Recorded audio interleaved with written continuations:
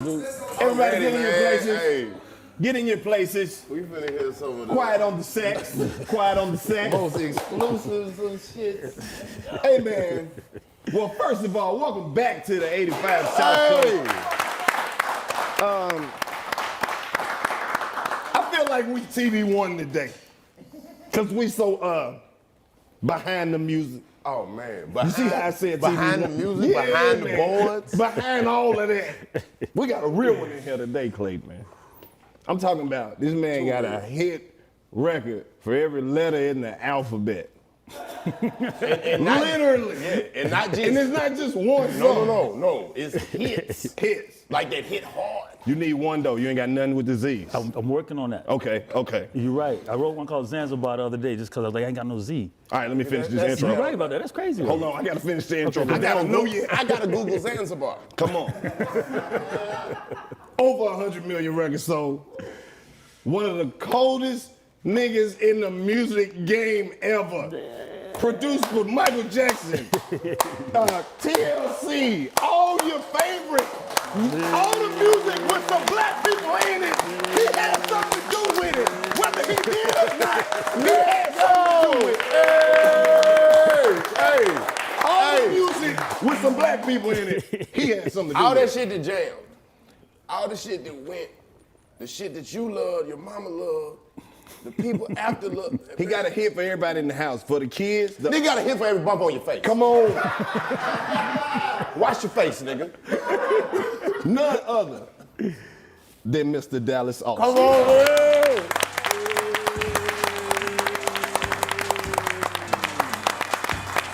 Hey. We can say a lot more, and that still wouldn't be enough. They still. That was amazing. They still wouldn't get it, dog. The impact. Bro, everybody who has come on this show and sat on this couch has brought your name up. I've been seeing that, man, and that's when I was like, damn, that's like, even from, of course, Gip and then Busta, and then I was like, I want to go on that show. I was like, how I get on there? Then I started texting y'all on Instagram. But shit, here How I you get to go. the show? Don't act like it's hard when it's you. Yeah. You could have showed up. Yeah. Niggas would have rallied up. Hey, I would have man, came this and nigga- got you. I love this show. It's one of my favorite shows, though. Oh my, I'm finna crash shit. I'm a crash shit. No, but on some real shit, you, like when it comes to Atlanta and the influence and making what the landscape what it is, man, you have definitely was one of the people who had the foresight to look at the city and say, this is that, this is what it's gonna be, this is what it could be. And man, it's just an honor to have you in here with us for real. It's an honor to be here, bro. Like, it's been crazy. It's been a long time coming from College Park and then looking around now to even like, passing. The things you can do in Georgia is why I stay in Georgia, because I'm not only me here for one. If I go to California, I'm another producer, right? Yeah. But we started this thing. We started out running the Greenbrier, going skating the Jelly Beans, dressing the kids from Another Bad Creation at the mall while we was just doing records, like just trying to. Then Organized Noise had their studio inside Jelly Beans, right? So I'll go there and go skating and be playing the records I'm working on, and then they had an actual studio that they gave them inside the skating rink. So that's what Organized Noise, because they were dancing, like, most of them was dancing in guests, dancing in some of the dance crews, Pat, Rico, and then, they ended up having when I first saw Rico Wade, it's crazy, because he's the first one I ever seen with a dope boy phone, like one of them phones that was In the bag? like the big, yeah, he's standing up in the skating rink on the phone, I'm like, what is that? I wonder who he was talking to. It had to be somebody on the house phone. He wasn't talking to nobody. That's the crazy part. Didn't nobody else have one. You couldn't even really hear shit. Yeah, man, it's crazy how everybody, Atlanta, we seeded it, Yeah. So to see us all grow and all of us do what we've been doing, it's just been amazing. So the what studio was was in the skating rink. Organized Noise, their first studio was in Jelly Beans. I want to Inside. ask you this, like, what was it like? What did you see in Atlanta that early to make it seem, to what it is today? Like all the talent that's in this city, like you It was crazy because tapping into it early. everybody was just like, when I met JD, we were like 17, I think. I met him at a car wash. I knew of him because of Silk Times Leather, some of the other stuff he had going, but he was like in a little white Herbie Love Bug get up because he was like, going through the Silk Times Leather phase. I was going in the mental BBD phase. And it's crazy how we lived around the street from each other then, Now we live around these 3 from each other in Sandy Springs. But it started off in this College Park and me going to his house, making beats at his crib, before we even did TLC. Before we even really did Another Bad Creation and all that. Let me tell you my Another Bad Creation story, nigga. My teacher took my ABC tape and kept it the whole school year. I'm talking about I had that shit when it was the time to have it. I'm talking about I had it early enough to stunt. And then I used to just play the instrumental and just, you know, the instrumental was Why on the she other take it from side. you? Because I had it in school and she was hating. No, she wanted to listen to that. I'm telling you. That's what that was. She was big hating because I had the cassette, single. Yeah, ABC was huge. They didn't realize that they blew up before Boys II Men. And so when they were going to Lennox and people start freaking out, they would just start crying. Because they were like 5 years old, 5 to 9 and 12. So They would start crying? Yeah, because they was freaking out at people running at them. Damn, that's a lot for a kid. Wow. Imagine your 5-year-old being Lil Dave on ABC. You know, imagine your 7 and your 8, 9-year-old being Red Mark and GA being about 11. So like, and these are kids. Grown. Them bitches that was coming at them was probably grown too. Full grown titties. Come here, baby. No. I came to get 2 Nintendo tapes. Not here for all this. That was cold. They don't never get the credit they deserve, bro. Jealous Girl? Yeah. They were big. I mean, you know, like I said, they were big before Boys II Men, and Boys II Men was opening for Another Bad Creation. They were like a phenomenon. Hold up, what? Boys II Men was opening for Another Bad Creation. Yeah, but the kids took off. They took off fast because of, you know, the being Aisha, and I made them a little Poison, so it made them just be cool. It made them from God Be Road, made them like. But then, you know, when I first saw the kids, they were like, they had them in like the drop crowds, like the hammer pants, like the, because they were trying to be like New Edition, you know, doing the Annie Heartbreak. I was like, nah, man, we got to make them a little BBD. And we just started flipping them, you know, and so it was so exciting when kids saw it, it just caught on like wildfire. Because the shit they was saying in the song was little kids, we play Nintendo. That shit you was doing. You like had us thinking these little niggas was just 5 deep in go-karts everywhere. Was you the first motherfucker to flip the Indian little flute shit? Yeah, man. That was. And I wanted to be in Public Enemy so bad when I was little. Like Hank Shockley, I used to listen to the Bomb Squad, and like Atlanta, we was trying to find ourselves. We had Kilo, we had like Raheem the Dream, you know what I'm saying, and stuff like that. Maybe SOS Band, Peebo Bryson, but we were like the first tipping point of like cool young music being able to be made. You know what I'm saying? And it just made it where that tipping point, like even from Another Bad Creation up, I knew everybody that's ever made it out of here. That's what's insane, you know. Ludacris, when they had the show, him and Chris. Chris Love and Pool Daddy. I funded the first video show for them when they were DJs. And they were doing like a video VJ show. Like Arnell Star shit? It was like Arnell Star shit, but it was supposed to be like Dre and from MTV, yeah, Love and Dre. And so that was even before Chris started rapping. And when he started rapping, he started bringing me his records first before he even got to Def Jam, you know. So all of it's like Ciara, Monica's little brother's girlfriend. Yeah, this was like all this. Everybody that's not a person that's from Atlanta that hadn't been through dark, because I opened that studio so long ago, and then I made it so that it was about having people come in and congregate, come in and work in each room. You can hear what somebody's working on in the lounge, so you can make yourself better. And I always wanted to have the producers where they were rocking, because I was in bad contracts before that, so I didn't want to do that shit to nobody else. But see, you always busted down and like open the whole platform up, man. Like, how would you say that impacted all the business? Like, because when you could have just been a star by yourself, but you literally put on 200-300 people. Yeah, it's crazy because we didn't even know what we was doing then. I was like, I mean, when I first got Rowdy, I didn't really want a label. I was just hanging out at Masquerade. I was slam dancing. I was KLF. I was like hanging out with I was just alternative as hell. But I just did ABC and Boys II Men and all that. And then so when LA and Clive came to me, they was like, oh, you should have a label. I'm like, nah, man, I don't want no label, bro. I'm just getting my shit off. But it's like, I'll just make it a division of the face, you know? So I was like, all right, that could be cool. Like, sign the skateboard kids you hang around, sign the rock bands and shit, you know? I'm like, all right, cool. So that's how I started Rowdy. It was one office inside the face. But it was supposed to be the hip hop label, so to speak, you know, and rock label. And then next thing you know, I got full-on staff in New York. 23 staff members. And I'm like, because LA was like, we gotta move it. If it's a label like that, it need to be in New York. And I was so Atlanta at that point, I was just like, man, all right. So I would go up to my office in New York, full on staff, everybody, marketing department, publicity department, everybody. I just go back to my office, open the window, and smoke a joint. I'd be scared as hell, because I'm like, I'm in New York. We don't mess with, in Atlanta, we don't mess with these New York niggas. That's how we thought about it when we was around. So I wasn't really, I would go in there every day, do the same shit. Listen to music, open my window, smoke some weed. And one day, one of the A&R ladies, she came in and she said, "Can I talk to you for a second?" I said, "Yeah." She said, "Do you like anybody out here?" I said, "What you mean?" She said, "You got everybody on pins and needles because they think you don't like the staff, because you don't ever go talk to nobody." I said, "Oh." She said, "You might want to have a staff meeting." I'm like, "What's that?" She said, "Where everybody get together and you meet everybody." That's how green I was. I was still like, And you got the label. yeah, I'm full on the president, and I still ain't had a staff meeting yet. But you got everybody shook. Everybody worried about this fight. He won't look at me. But you just going in there. He like never a nigga looks who at work me. there, sneaking and smoking weed at your own label. I'm 21. Like 20, 21 years old. And from You could Atlanta. have been putting your joint out on somebody's forehead. Right, and they would have took it strong. I'm not opening the window at my label. Thank you. I wish the fuck I would crack a window in this bitch. I was like, Where are the windows? yeah. You got to go upstairs and go outside to find that's out. crazy. My fucking nerves was bad. I was in New York. I wasn't like, I'm too cool, like calm. I'm in Atlanta, I'm like, yeah, I'm easy, walk around with my Birkenstocks and shit on, little 5 points. I get to New York, that shit was just like, everything's frantic and everybody's just going crazy and fast. And so I had to settle into that for a minute. Yeah. And by the time I did get settled in, I did The King and I did Flip Mode with Busta. Busta's helped me settle in a lot. Okay.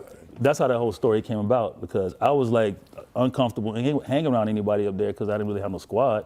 My staff was a staff, so that And was we cool. don't trust New York, motherfuckers. We don't trust New York At that motherfuckers. point, That's how it was. we couldn't. Like, we it was like, was. If you good with Busta Rhymes in New York, you don't gotta hang with nobody. Oh, yeah. This is the most diabolical motherfucker to ever put his hands on a motherfucking keyboard, and you niggas don't wanna fucking be around greatness. This nigga bite your fucking favorite producer's face off. Don't ever try this nigga. What's crazy is that he would come to me, when it first started, he would come to me in the studios and he'll be like, he didn't want to go solo. It was Charlie Brown that wanted to go solo. He wanted to be in the leaders, but he was getting all the attention. So when he first started, I was like, he'd play me song after song after song, and everything was just, it was so much. You just couldn't catch it, for a record. And so he would do that all the time. And I'm just like, man, that's good, but it's just like jazz, man. It's like, and then he'll play the records and I'll be in there nodding off, smoking damn Funto leaves and shit with him. That's too strong for me. And then at the end, he will always do this. He will wait until, I'm telling you, 20, 30 records, and then he'll play me woo-ha. And I'll wake up and be, yeah. I'm like, what the fuck is this? He played the album from the back to the front. Now I'm in New York. Every time he put out a record from that point, he had to come play records for me and get my pain and shit. So we do it again. I'm in New York. He's playing me song for song. Now I did a little better. They ain't as complicated, but it's still song for song for song. I'm smoking the Funto leaf. I'm falling asleep again. I'm out. And it goes do do do do do. And I'm like, what the fuck is that?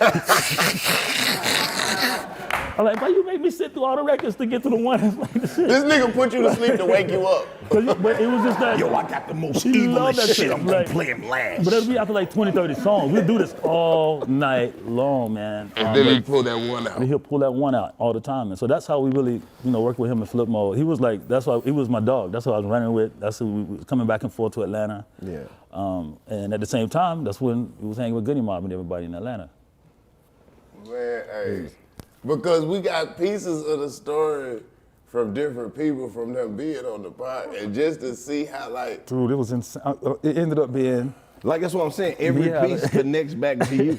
You literally did everything. You the first. template, That's why I you was the watching them blueprint. going, oh shit, that was then. Oh shit, that Even was then. ridiculous shit. Oh shit, that was Niggas watching y'all was saying show. shit like, yo, Dallas Austin first nigga that wear biker shorts. And I'm like, what the fuck? Hey, I remember that nigga came up to Greenbrier, the nigga had on some biker shorts, and he had his motherfucking tank top tucked in. Like, so Dallas, that's what we doing? He was like, yeah, and everybody in the city did it. dance after that. Bro, I swear. Everybody did Niggas it. say that you was just showing up to the most gangsters niggas like, who wants some? And would just start dancing, taking niggas' girlfriends and skating backwards and shit. You ain't heard this part of the story. It's another side of the game. Niggas credit you for everything, and they're like, look, Dallas Austin invented lemon pepper wings, nigga. It was Usher's 9th birthday. The nigga showed up with lemon juice and pepper and said, put it on the wing. But on some real shit, you literally deserve at least an exit in Atlanta, bro. You did so much shit first. I'm trying to get a street or a statue while I'm living. Come don't give me on, that what? shit when I'm Listen, dead. what we waiting on? This is not an interview. We just came. We wanted you to come. So Nigga, this really the just tell statue you. plan reveal. This is all this is about. We appreciate everything you telling us, but we know you the shit already. Bro. Oh, We just man. wanted you to come in this bitch so we can be like, nah, we selling this bitch for $1 million. Yeah, Austin came in here. He sat on this couch. Play me some pimping, man. This is my nigga J.O. in here in the music business. If you want to change that nigga life, that's up to you. Come on, man. The nigga cold, Come on, man. Man, the nigga cold. We need- I ain't want to really like start off playing no shit. I know you be playing. You Yeah, like that. one of the coldest making music. You probably ain't want to hear shit, but like some silence and some claps. But No, we I got listen to all some day. nice instrumentals and shit. Now, if we was gonna make this a hit record, what would you do to this? I mean, we can't afford for you to actually. Hey, they gotta pay for this portion. I'm This saying, shit We got is advertising on this special. one? Is there advertisements? We can't necessarily pay you to do it, but if you was gonna do it, what would you do really, to it? Really, on that, it's about who you put on it and what they do on top of it at this point. I'm about You know to what I'm call saying? Anthony Hamilton. Oh, yeah. Oh, he'll kill it. I'm putting him on there first of all. Kill it. That's you hit it right on the head though. For some reason, I want Lizzo on here. I just want her opinion. I want her perspective on this. You put Anthony and Lizzo on the same track. Okay. And let me see. They ain't never heard that. Yeah. Because they can sing, both of them now. And you got the track rocking anyway, so that'll be like something nobody ever heard before. Hey man, you was working with one of the, probably the best musician in the history of the world. When I say that, I'm talking about Michael Jackson, man. How hard was it to produce music for Michael Jackson? Oh man, that shit was so crazy, bro. When I first went out there to work with him, then he would show you stuff like he would beatbox it. Like I That still shit got had to be cold as fuck. I still got beatboxes of him because he'll go in the room and be like, Dallas, I want something like this. And he goes straight to the mic like, Like a nigga it in sound like jail. the shit. It sound like all the other kind of Michael Jackson records you heard. Bro, can you just like drop some of that on Instagram or something? Yeah. Just to, man, Michael Jackson, Yeah, man. beatboxing. Man, that shit gonna get auctioned off at the Louvre. Nigga, we got Michael Jackson beatboxing tapes. Can I get 100,000? 100,000. We got 100,000. Can we get 140,000? 140,000. That shit. They gonna sell that shit, man. At least let me see it. That's Well, cold as a what's crazy motherfucker. though is I got so many crazy stories with him. When we started working on the project, I saw Jimmy Jam and Terry Lewis, and when I saw them, I walked right past Michael. 'Cause I was like, Jimmy Jam, oh shit. I grew up on, I wanted to be in the time. You know what I'm saying? I learned how to play Get It Up. I was he had to be like, oh yeah, that's Michael. I'm like, Michael, how you doing? Like, yo, Jimmy Jam. Oh, Right? so you? So, So Mike was over so there I feel like, Michael, oh, this nigga Michael didn't think I was hyped enough on him, right? So he convinced to taking us to this little like you know where you have when you're recording a long time in the studio, you have your own room with your records and all your shit in it. He just started putting in videotapes, and he was the first one wearing a mask. He had the mask on and a hat on, and he started putting on tapes. And it was like, this is me and Charlie Chaplin. So it's him and Charlie Chaplin dancing together. He had to Charlie integrate. Chaplin? Yeah, he did video integration. Wait a minute, bro. Right? Oh, I was about to say, nigga, I what think the it's on the fuck was Smile. Michael It's on- Jackson and Charlie Chaplin dancing? I think it's on the Smile thing he put out, right? But that's how I'm feeling. I'm like, God damn. And then he'll be like, oh yeah, this is me when I was in Africa and everybody, 300,000 people trying to get in and 300,000 people inside. Look at this. I'm watching it and it's Michael. And every time he put another tape, I just start being like, shit, that's him. You know what I'm saying? That was the nicest And it was way of working. saying, don't ever try me It like was that. working again. because then, no, this That's right here is what killed me. crazy, Mike. This is what killed me right here. So then, Don't ever get it fucked up. this is what took me over the top. I'm him. He put a video in, right?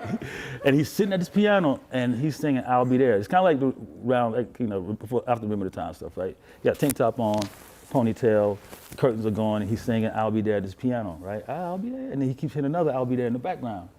He keeps looking over his shoulder. He starts singing again, and he look over his shoulder again, and it's little Michael standing there in a little brown outfit with the afro. And I look, and he looked back at him, And then both of them come over and start singing the song. He's sitting next to him. And by that time, I was just like, ooh, shit. How did you do that? Right? And he said, that's a Pepsi commercial. I just shot that as a demo. That was something we might use, might not. And by this time, I'm like, okay, I'm through the roof now. He got me. I'm like, that is Michael Jackson I'm sitting next to in here. Like, I'm like, this is crazy. So then I think once he got my attention and then we started working on stuff, he said, that's when he said to me, he said, I did the song this time around. And he goes, you know, what's crazy is he sent us to the Museum of Tolerance. I don't know if anybody ever went there before in LA. That was his stimulation around being around him?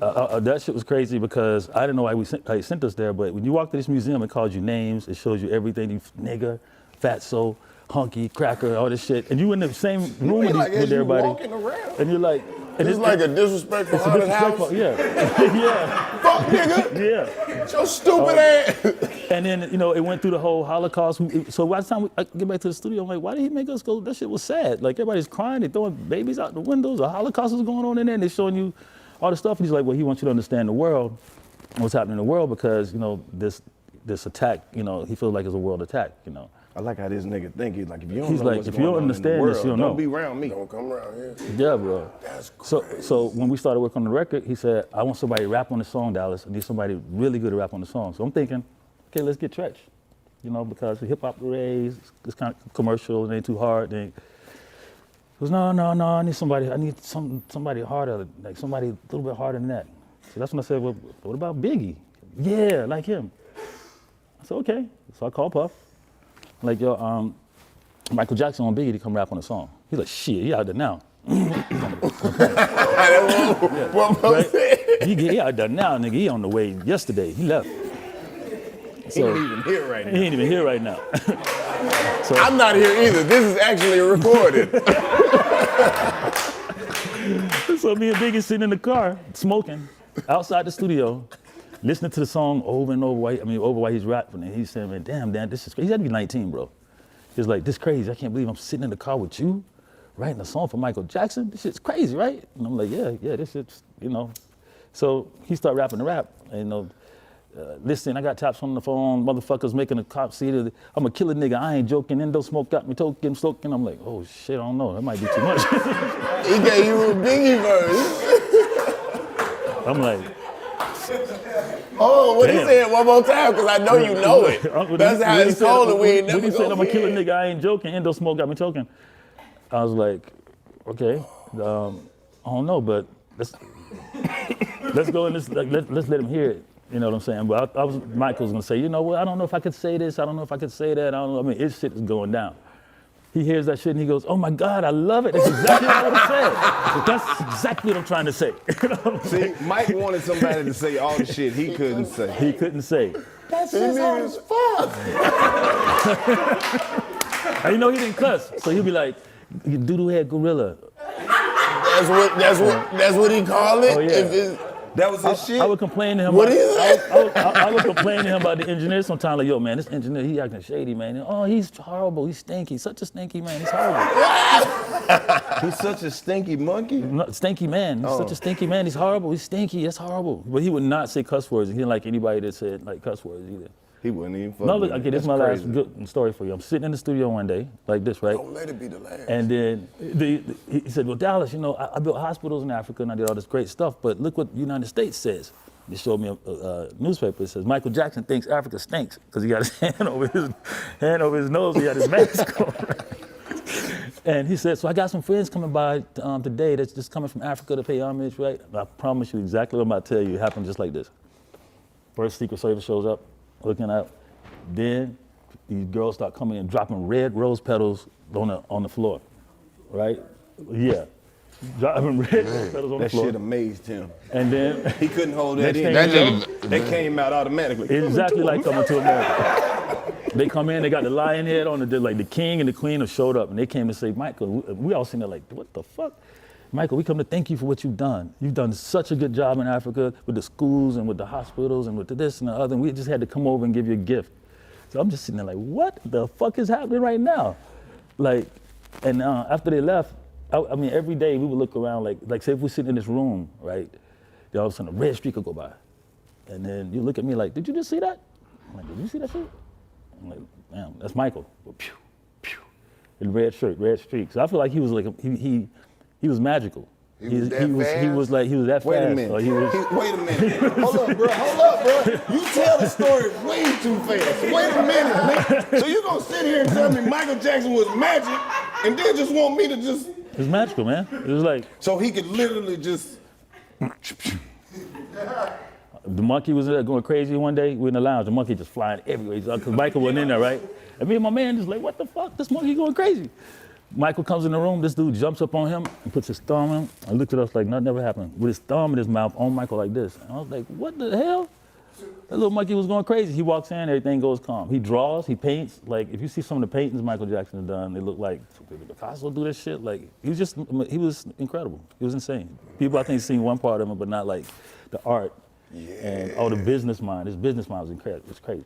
Dallas, wait a minute. You saying he could just over there, Like, over there? me and you would look at each other and say, did you see that? Me and my engineer, they were there. Did you see that? That's it.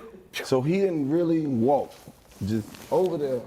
It's like, almost he was gliding. I don't know what he was doing. I just know I saw a streak. That nigga glowed. But he was, I mean, after all that stuff he was showing me, I was super impressed at just everything. Of course, he's Michael Jackson. So.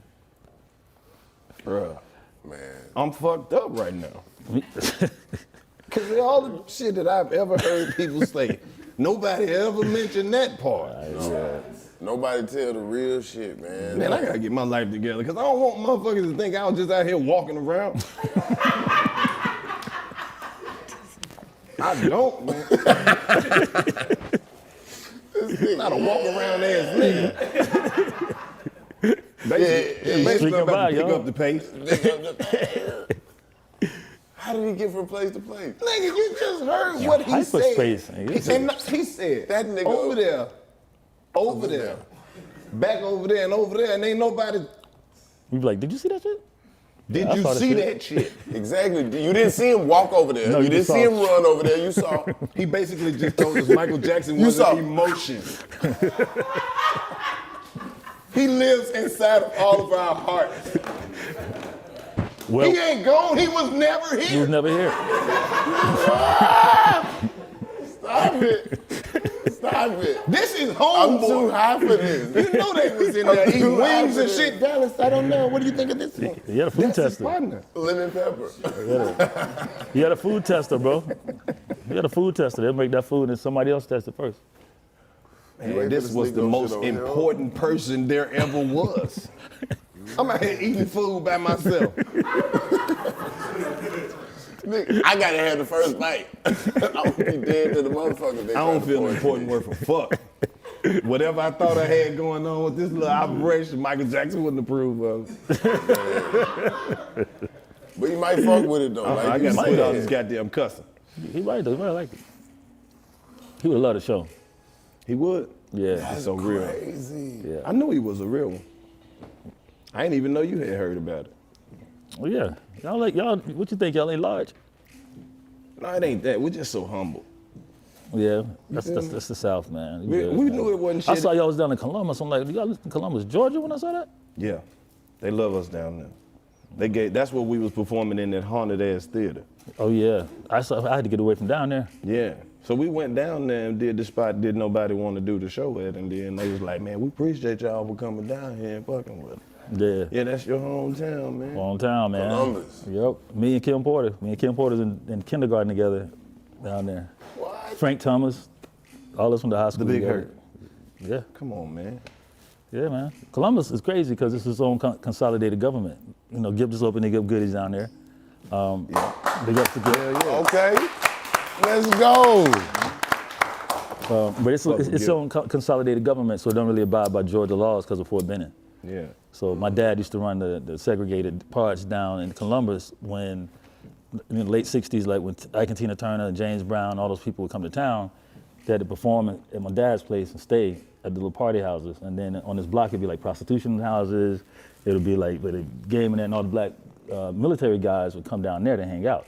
Oh, it sounds Spend fun. that money. It sounds All the fun. politicians. Spend that Damn, money. that Spend sounds that fun. money. Good fish sandwiches. Coochie. Pussy, left and right, good music. Nigga, I just saw Tina Turner, got my dick sucked, and a Budweiser, and a fish sandwich. What more can you want? That big hamburger was $2. Less than that, probably. $1.50. That was black man's favorite number back then. You can get you a big hamburger, a plate of fries, and a drink for $1.50. That's like my mom's restaurant. So your mom had a restaurant? Oh yeah, she had a soul food restaurant down there called My Bell's. Are you ready for this? Okay, man, look. It's your man Karlous Miller. And I know, I can tell you're probably tired of wearing the same thing over and over again. With the type of year 2020 has been, you probably keep wearing the same sweatsuits and jogging pants and yoga pants, and workout pants, or whatever kind of little comfortable pants you've been wearing around the crib. And you want to get back fly. Check this out. It's this company called Stitch Fix. Well, they'll send you some dope fly clothes to the crib, and you keep what you like, and you pay for that, and you send the rest back. Oh, don't worry. They're going to send you an envelope to send it back.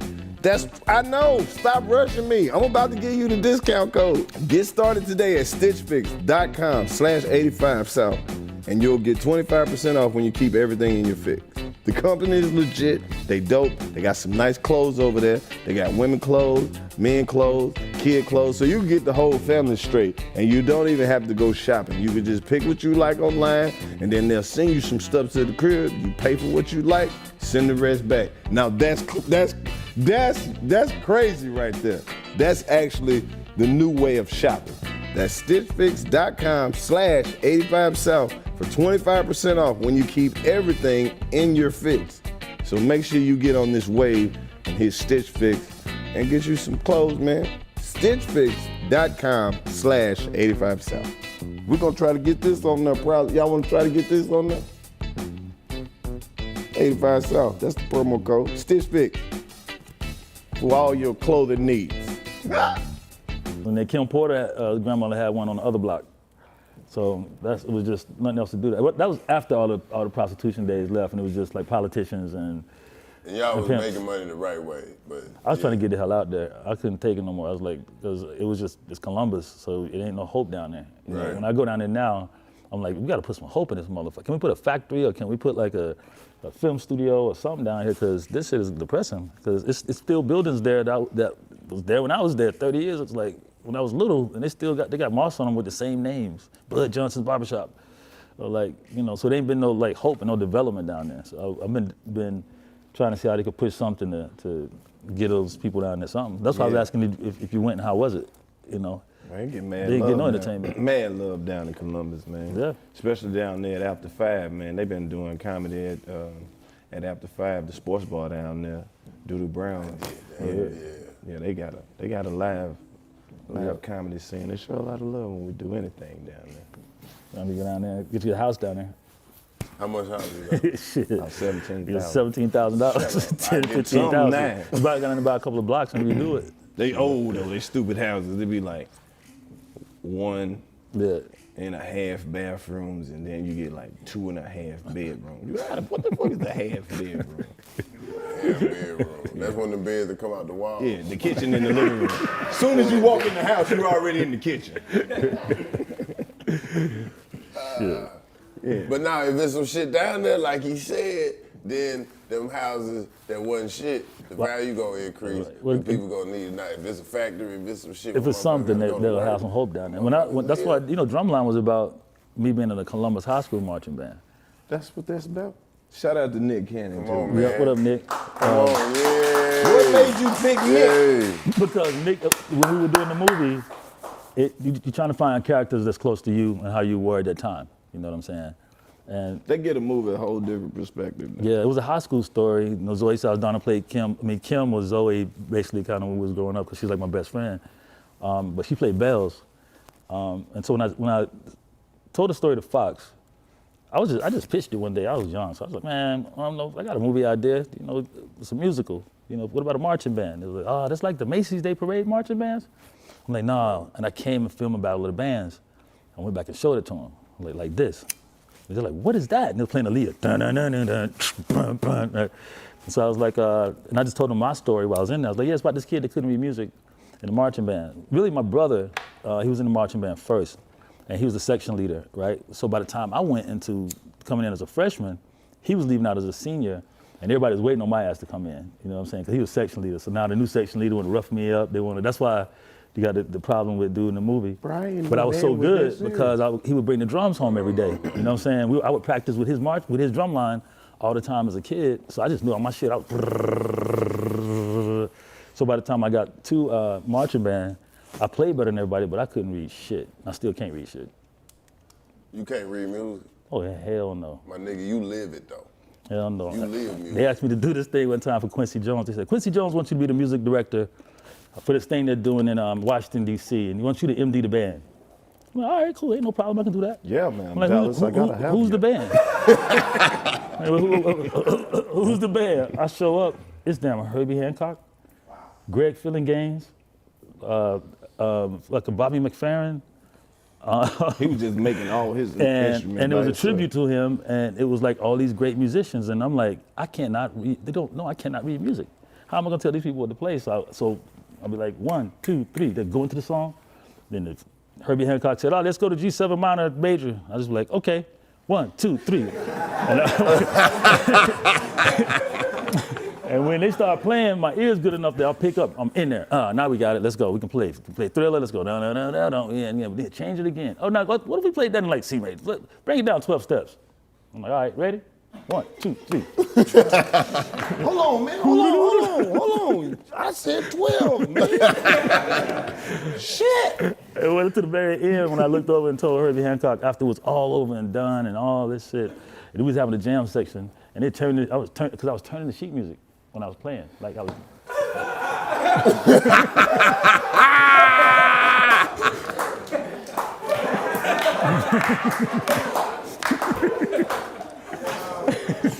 I could not turn the sheet music. Hold on.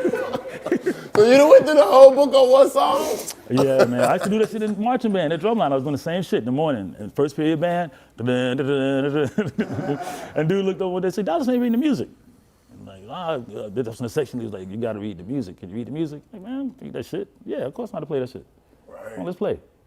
You hook up and you put that sheet music in front of me, that's Japanese. That shit just like, so yeah. That's crazy. So I still can't read, yeah. Don't learn, bro. You've been Do successful. not learn, Yeah, If man. you learn how to read that shit, it's gonna fuck Anybody try to everything teach you to learn that shit, slap You the gonna go shit back out and their look at your head. shit like, what was I thinking? Nah, cause your shit work. All You these flat ass cards. some motherfuckers just see that shit and know how to. I don't know. Brains work crazy. Exactly. Like your computer different, bro. So Damn. Old nigga voice. Listen, whatever that shit is, you got it. You understand that? Don't learn how to read that shit, man. You already good. I ain't never learned how to read shit, and look where I am. Hey, look at what it did for me. 100 million. That's when people used to go to the record store. That's damn straight too. That's real talk. What did you say when you told him you couldn't read the music? He was like, we knew, man. I said, we no, knew. no. He was like, what you mean you couldn't read the music? And I was like, I can't read none of that. And he just started laughing. He's like, well, you did a great job. I just got through it. You know what I'm saying? I had to do that with Prince one time too. Like, Hold up, bro. Wait a minute. Just hold up. Hold on, man. Wait. No, because you're not about to fuck me up again. He got to. You can't. Hold up, You welcome can't. back to the 85 South Show. If you don't know who this is Mr. Dallas Austin. He has had the most awesome life that a black man has been allowed to have. I'm telling you, man. He has set the This standard. man, bruh. Whatever you doing now, this man already did. The young producer in Atlanta with the poppin' ass Bruh, place in the Hold up. studio. Before you tell that story, you used to park your car in the principal spot? yeah, MD Collins. Because I was so What kind happy. of car was it? It was a white BMW 528. That's so disrespectful. Because the principal could damn. never have one. The principal was this way. pulling up in a Yugo. Okay, You but don't check- even know what that but check is. this out, because I saw Rico away with the phone, right? So I got this car. Now the car used to smoke like a motherfucker. It would leave a blue trail of smoke going down the highway. But I just wanted a BMW. It was a 528. diesel. You Yeah, should it have was- told yeah, everybody it was diesel. That shit was fresh, looked good, pulled up in school to it, you know what I'm saying? Girls liked it. So I decided I had to get a phone though, because Rico had a phone. So I'm like, gotta have a phone in this bitch, you know what I'm saying, to top it off. So me and my cousin decided we was gonna go steal one. So we go to all Great the idea. all the apartments on Garby Road and on Riverdale. You go up in there, we're pushing on the windows to see what window. Well, first you gotta see who got a phone in the car. They got one. Okay, push the window. Will that crack? All right, let's try it. So first time, and this was bad. I was doing bad things back then on that. Yeah, we don't condone none of this shit now. Don't do the Tiger Woods on me. It's like, It's all good. so I took the brick, right, throw the brick, bam, shit won't break, because Mercedes had 2-ply windows, we didn't know that. So we go back and hide, go back around there, bam, that one didn't break. So then we found a truck, right? This truck got one, threw it through, bam, here we go, we got it. Get up in there, get the phone, we out here. Next day, I'm like, this shit is dope, and I gotta take it to Cartoons so they can hook it up for me, so it'll work, right? So I go to Cartoons, I pull up in there, I told homeboy, I said, yo man, I need to get my phone hooked up. He said, okay, no problem. He come and looked at it. So I got the phone, in the base, just the phone. He goes, where's the rest of it? I said, what you mean? He said, all the stuff they go in the trunk, the base, you know. He said, you know, the whole system was in the trunk, you just got the phone right here. So I'm like, oh shit. Where'd you get that phone from? And I was like, oh, my uncle gave it to me. He said, well, tell your uncle you need the rest of it. Because that shit ain't gonna work, that's just the phone. So from that point, I just double stick glued that shit in the car. And every time I pull up to the Crystal. I thought the story was over. No, it gets even better. I'll pull up that school like this and that motherfucker parking in the principal spot on that fake ass phone. Just like, Put that bitch down. just looking hard, bro. And then I worked in the jewelry store in the mall at the time. You know, Intrigue, they used to have all the gold chains, right? And so what I would do is, you know, don't do this at home. This ain't good for y'all to go do, all right? But don't get no tips. What I would do is I would put the chains in the garbage, right? Take the trash out. So then I have my dudes from school from MD Collins, like Bear and all them would show up. Don't say their name. Oh, okay, sorry about that, Bear. It's probably, I don't know. It's Bear, natural. Man, what the fuck, man? I ain't Bear rich now, he good. Hey, you about you, not me, baby. Hey, my wife heard that shit. Now I'm in the church group, man. I gotta go talk to that lady Wednesday. What lady? That lady. I gotta go down there and talk to them people Wednesday. So I would go to school with all this gold on. I would take it all of my arms. I had like jewelry all of my arms, chains all on. I would have a black long coat on, some holy jeans and some football cleats, right? And my keyboard would be in a bag instead of my books. You was way the fuck out. So what I would do is just sell them bitches at school like all day long. Like, here, get $100 for a herringbone? I got you, $100 all day long. I'm taking McDonald's checks all day. And I got a stack, and that's how I ended up having a BMW and just kind of like starting to get my first keyboards and stuff up here. But, so don't do that at home, but I had to get that jewelry. Bro, you've been an entrepreneur your whole life. Hey, man. That's a genius ass plan. This motherfucker was doing some thievery shit. He probably replaced the shit with fake necklaces too. I Like was a doing real all- jewel thief, nigga. This I nigga think if you was put on, some if you Mardi was on Gras Old beads National, where the shit used if you to be. if you was ever on Old National and Garby Road, and that was your stomping ground, then you was just doing devious shit. There wasn't nothing else to do but try to do some music and do some devious shit down in there. Hold up, you act like we're gonna ignore the fact that you was just wearing football cleats to school every day. I ain't never played football. It was just a thing. You know, in Atlanta, you had to live a part that back then. Like, so me and Divine Stevens would be at Vogue, right? And instead of wearing polo, we wanted to look like the polo man. You know, so we got the cardigans and you had your boots and the boots tucked in. You come to school with the whip, the turtleneck on, and the blazer. And you just skip the class. You just stand out in the hallway. So when everybody out there, then that's when we started dyeing the Tretorns to match the Tretorn sweaters. So everybody just started going out to Lennox and stealing shit and taking it back to get some better shit. And we was at school just flying out. Lakeshore, me and Devon used to wear their hair up, Willie wear to death, like Willie wear long coats and like just fly out, just being, you know. In the hallway. Atlanta was like that. You said to act out the whole part or whatever it was. Bring the tennis racket to school with the Tretorns and the tennis racket. So motherfuckers don't know where the shit. If you did it, he done it. Bro, That's this nigga say he want to dress like the polo man.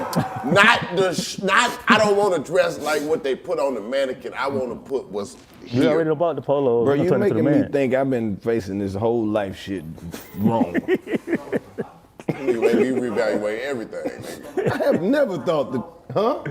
Oh, we going back to Prince. This was all leading up to that. Oh, okay. Please don't leave that out. Okay, That's the one. bring that back. Oh yeah, so Prince. So I grew up on Prince. Like everything I ever done, all the music I ever made, I would just sit and learn Prince records over and over and over and over. And I copied the address to Paisley, off the back of a Warner Brothers record when I was like 8. I sent the demo to Warner Brothers off the back of a Prince record. And 8 years old? Yeah, they sent me, it was Karlous, like Casio. I just copied that shit and mailed it. And they mailed back, we do not accept unsolicited material. But I had Warner Brothers letterhead, so I was like, Mom, look at this. And she's like, what are you doing? I was like, I got this from Prince, you know. At 8? I was thinking I got it from Prince. I didn't know too much about Warner Brothers. So then, as I fast forward through my life, as I started doing TLC, and I would do interviews and say stuff about Prince, you know, like I grew up on Prince. So one day he tells me in L.A. Reid, come to Paisley Park. He had just finished building Paisley Park. And he had changed his name to the symbol, and you know, he was early on the internet. And so we go there, and I see him walking down this long corridor, and I'm like, holy shit, that's him. Like my idol, and he's walking, he's got this cane, he's like got this pimp walking, he's coming down this corridor. He keeps So he was actually walking? Oh, he was walking, and he had a cane, but he was pimp walking. And he pulled up on me and he just put the cane in my face like this and said, Michael Jordan should make his own Nikes. And I was like, huh? That was the first thing he said to you? The very first thing my idol ever said to me. But then he goes, come here. And now I'm just like, now we're going through like Wonderland. He takes me in a room with all these clothes and he's like, see everything in here? We make all of that, it's all mine. We make everything in-house. Everything's in-house. See this? You gotta make your own stuff. I'm like, all right, cool. He says, see, I'm telling you, Michael Jordan should have made his own Nikes. I'm like, all right, cool. So then we go in another room. He's sitting at the console singing Bet You By Golly Wow. He just sits down and starts singing Bet You By Golly Wow. And he's putting himself in different harmonies and I'm just sitting there looking at this dude, this is insane. He gets up, boom, come on, let me show you this. And he's walking me around Paisley Park, showing us all the stuff, right? So he goes, you know what, man? I'm gonna do a concert for you. Cause I was just talking about all his songs and I know every record, Sister Party, Up Head, everything, B-sides. And so he's like, you come back tonight, I'm gonna do a concert for you. I'm like, shit, okay. So me and L.A. Lee, we come back later on that night.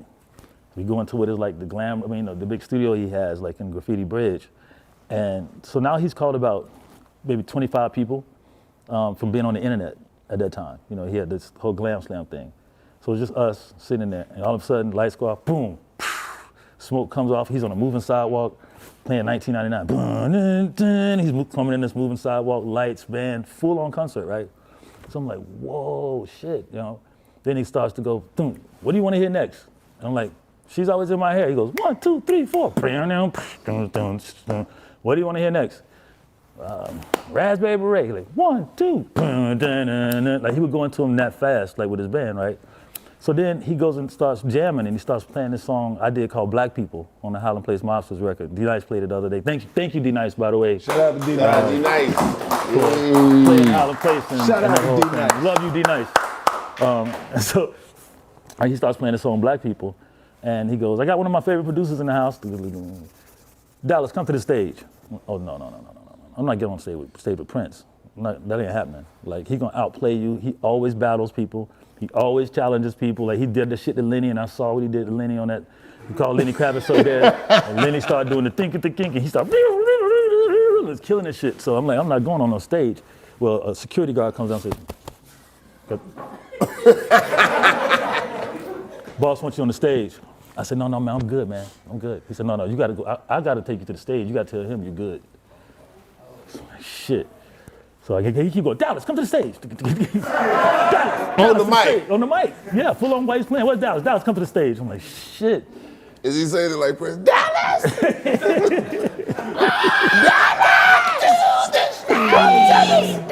But I know his musicians are incredible. They're like, okay, I can play some stuff. I play some instruments, yeah, but they play all day. That's all they got to do 24/7 is be ready for when Prince say 1, 2, 3, play this, right? So I'm like, fuck, okay, I'm not going near guitar, that's for sure. So I go where the keyboard guy is. They come down, let's play it. So now he's playing guitar at the time. So he's thinking the keyboard. I'm like, cool, I got this. So I go get over the keyboard on. I'm playing with him like this. Yeah, this is good. I look back for 2 seconds. I look back over him. This nigga want to put on a big ass keyboard. Right? And now, one of these? The shit you can carry around? Like this. And he comes back to me, come on, get some. Not the guitar. But it's big. It's like bigger than him. This shit is huge. He just, just wearing my ass out. He is fucking wearing my ass out. And it is louder than mine too, so I'm not standing a chance. So I just turn my shit around, turn it down, turn the whole volume off, and go crazy.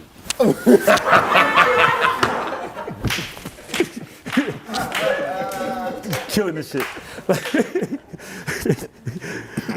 Yeah, but Hey, you the smartest motherfucker to ever exist. I got to do that at least one time. Next time somebody come on, man, nothing, like, what you ain't doing? nothing better than go Do a stage whole and show. jam with somebody, just turn that shit down and watch how good your shit is.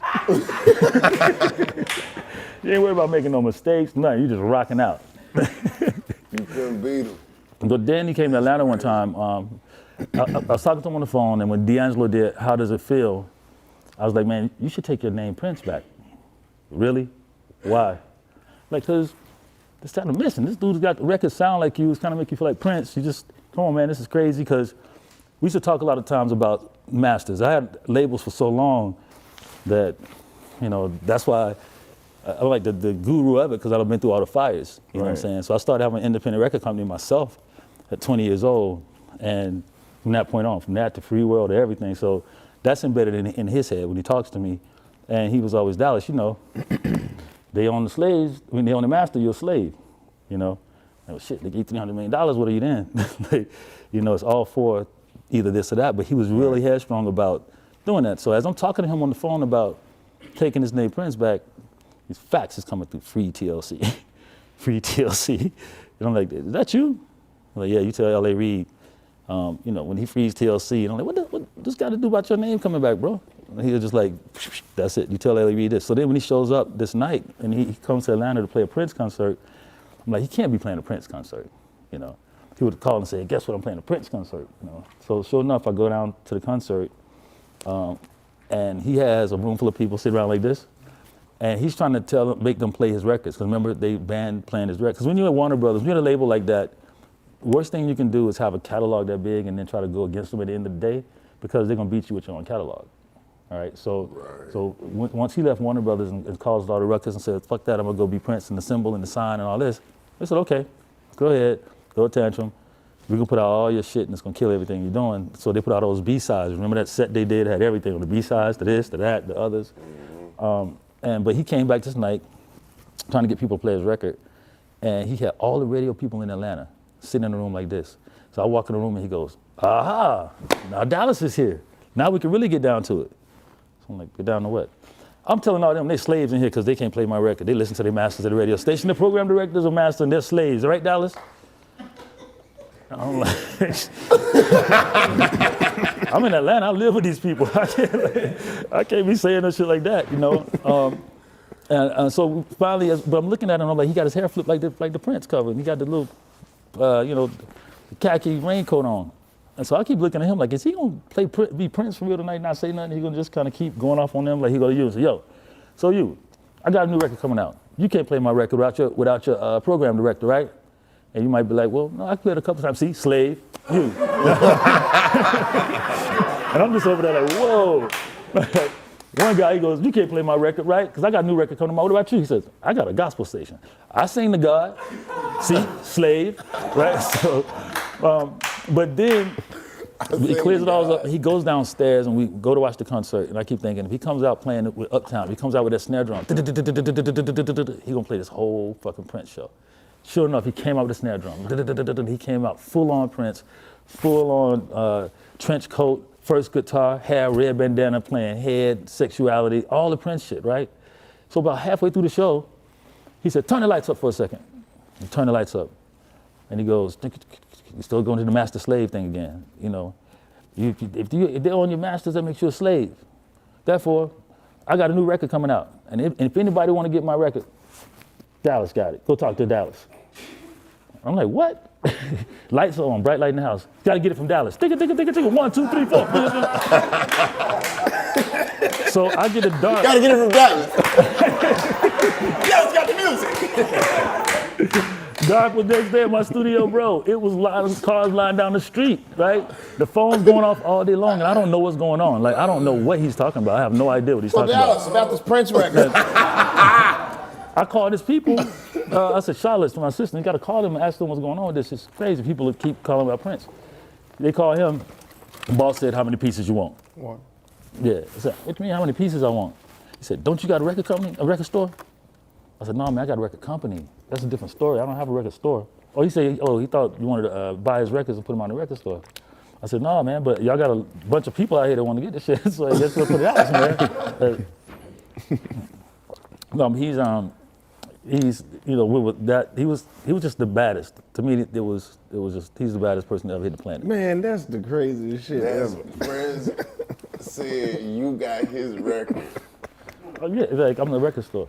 So It didn't tell you shit about. I ain't even heard the record. I don't know what he's talking about. This shit's You crazy. can't even ask him about the record. So what's over the, what record? I don't know what you're talking. You want something from me too, slave? What? what is this slave shit? I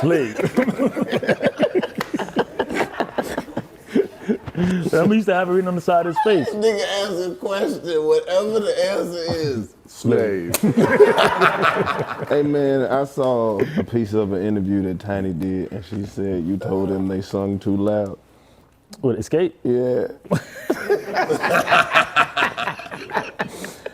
Well, I mean, Only him was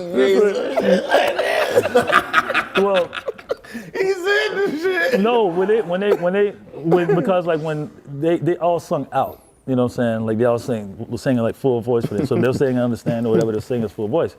And when we were doing like TLC, things like that, we were just That working a little, smooth shit. it was just different. And that's what made them, I think, appeal to people because they were singing out like that. And they had everybody was singing from here, and maybe that's why they were getting into it too, because everybody's just like singing from here. Usually somebody ain't singing from there. Somebody's softer, somebody's harder, somebody can sing loud, but all of them are singing from here. And that was just like new in that sense. Even In Vogue was singing like softer and like different in the tones than Escape, if you listen to Escape stuff. So it wasn't just louder, it was like really singing from the gut, which makes you sing louder. Bro, that shit was so funny. That shit hilarious, man. Like, you got the best goddamn outlook on how Atlanta done changed. Like, what's the biggest differences? Ooh, man. Well, what was crazy is like during the early 90s and stuff, like we were going to Jelly Beans and it was big dope boys back then. Like the Miami Boys was here, like, and so it was always like dope. It was always like, it was a little bit crazy. It was always killings and stuff. And then we saw Atlanta go through a phase where music kind of came in, and I think people started to say we could do that.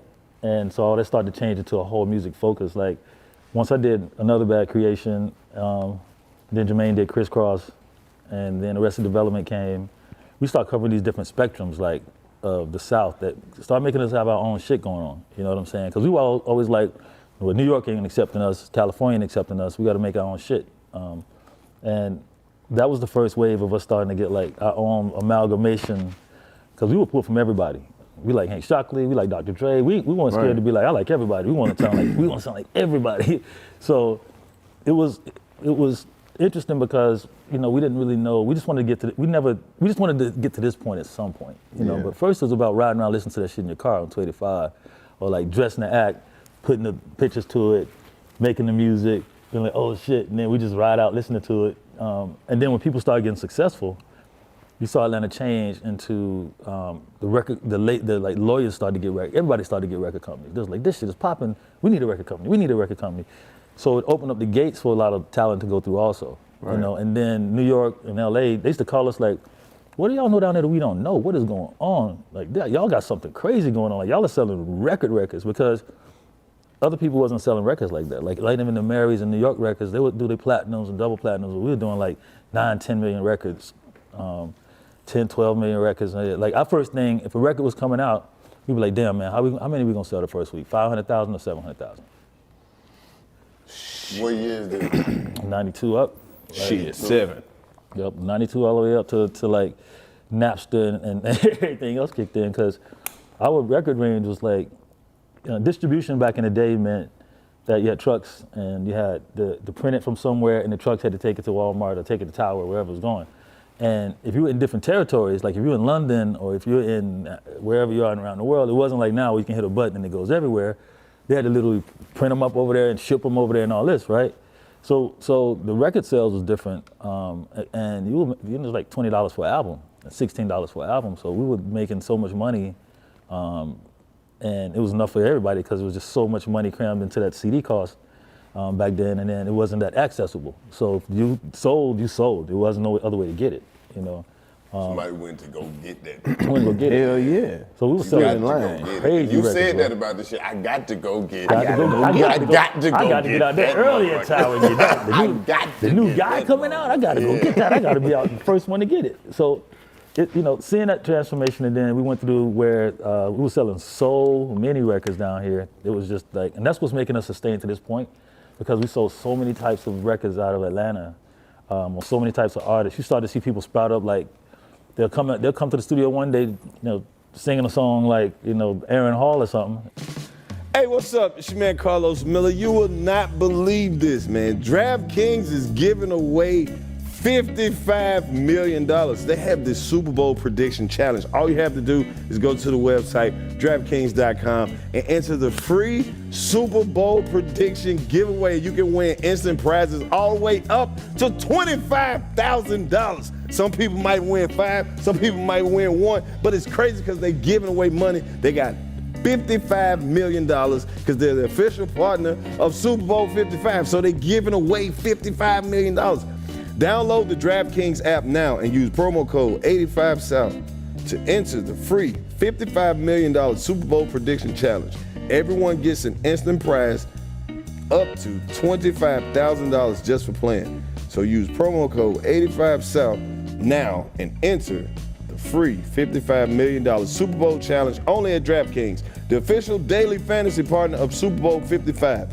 Terms, conditions, and eligibility restrictions apply. See DraftKings.com for details. Terms and conditions do apply because that's how sweepstakes work. But go, sign up, use the promo code. I'm telling you, it's too good to be true, but it's true. Because I talked to the people over there and they told me, make sure you tell them to sign up to win some of this money that we're giving away. And I was like, just give it to me. And they was like, no, sign up. So I even went and used the promo code, trying to wait and see if I won some. But that don't stop me from telling you because they got enough money for all of us. Use the promo code so we can win as a team, 85%ers. Let's do it. I wouldn't lie to you. Unless I won $55 million. Hold on, look at this kid. Let me tell you this story, Dallas. Aaron Hall, right? He was performing. Guy had this, they performed after this comedy show we had. This nigga Aaron Hall singing this song. Sound exactly like the CD, nigga. This nigga was singing, wiped his face, and didn't even fuck up the song. I was like, this nigga ain't real, bro. That shit sound exactly like the shit, like this nigga was playing. This nigga was singing that shit live. That's because there wasn't no auto-tune back then. It's like, that you gotta nigga was realize killing that shit. if you All can the sing, aunties. you had to be able to sing, bro. Wasn't no way that. Matter of fact, what invented auto-tune is people going, like, even when we did TLC, they used to be like, don't y'all got that thing on their voice? Like, it ain't no thing to have on their voice. You just gotta keep doing that shit until you get it right. And so people kept thinking that about stuff, that isn't there some magic box that fixes it? Like, when I was doing Another Bad Creation, I would sample their whole verse and fix it with a pitch wheel on the keyboard. Because it was 5, you can't, you had to have a guideline singing it and then try to fix it like this. But, I think that's one of the biggest differences today is that, you had to be able to have talent because they had to spend so much money on you to record you. Like, it's half of the shit you hear right now, more than half of it, we never got signed, ever. Because you had to spend money on the shit. So if somebody came in your room and they're going, hey, when that whole shit was going on where everybody's singing on lean, I'm like, what the fuck is this? Like going up on the Tuesdays and those kind of records started coming around. And people, I was sitting at BMI one day and I was sitting with some of the country people and he was performing that record and I was like, if this song walked into your office in country in Nashville, what would you say about it? He said, what the fuck is going on? Because it takes so much money. When you're doing music, it takes money to record the talent. And if you're not talented, I'm not gonna spend my money on you. Right. User-generated content came in, let's say around the time of Soulja Boy, right? Where it meant that you could make your music on a computer, upload your music, and distribute it at MySpace, right? So now you done cut out the distributors, you done cut out the talent gate, you done cut out everybody who can say no, and it's only up to the consumers. Now, most of the consumers you got can't sing, can't rap, can't do none of that either, right? So that's why some of the most simple shit that you wonder, why is that making it? Because most of the people that singing and rapping it can't sing and rap either. So that's easy for them to say that. It's easy for them to sing along to that. And when that floodgate opened, instead of it being like, hey, I want to sing as great as Whitney, or I want to sing as great as, perform as great as this person, or Michael, whoever, it started being like, oh, my caliber's down here, because that shit, I can do what he's doing. Yeah. So I just want to do, and so that opened up this gate of user-generated content, and it lowered the quality of music that you had to reach for in order to make it. Like, you had to really, like, go through, like, for us, I spent so much time playing keyboards and playing over songs and learning how to write songs in my life. It was just, I don't even know how many hours it's been, because I didn't do shit else. You know, it wasn't as easy as let me turn on my Mac and it's gonna do it for me, or here's the 808 sound, so that's half the song already. So it wasn't, you know, we used to search for drum sounds, like how do I find a snare drum? How do I find a hi-hat that Jermaine ain't using? Like, our sounds was like our grail, like, no, you can't get my sounds, dog, that's my sounds, you know what I'm saying? Now it's like, wait, about to get my sounds, you can have them. Nigga slap the shit out of somebody about his sounds. Nigga, I heard that goddamn drum pattern before, motherfucker. Nigga, you would get fucked up over them sounds, What the fuck is wrong with this nigga, man? I'm telling you. Oh, you thought I wasn't gonna say shit.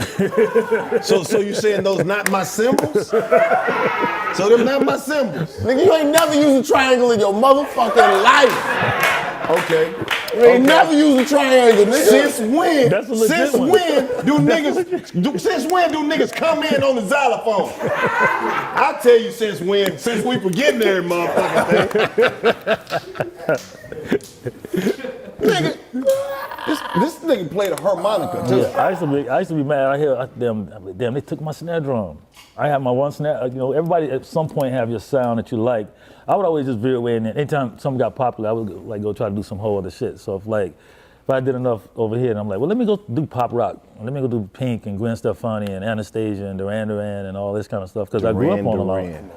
You know, I grew up on all that shit, wanting to be them and watching them on MTV, like with their keyboards with the names on the back.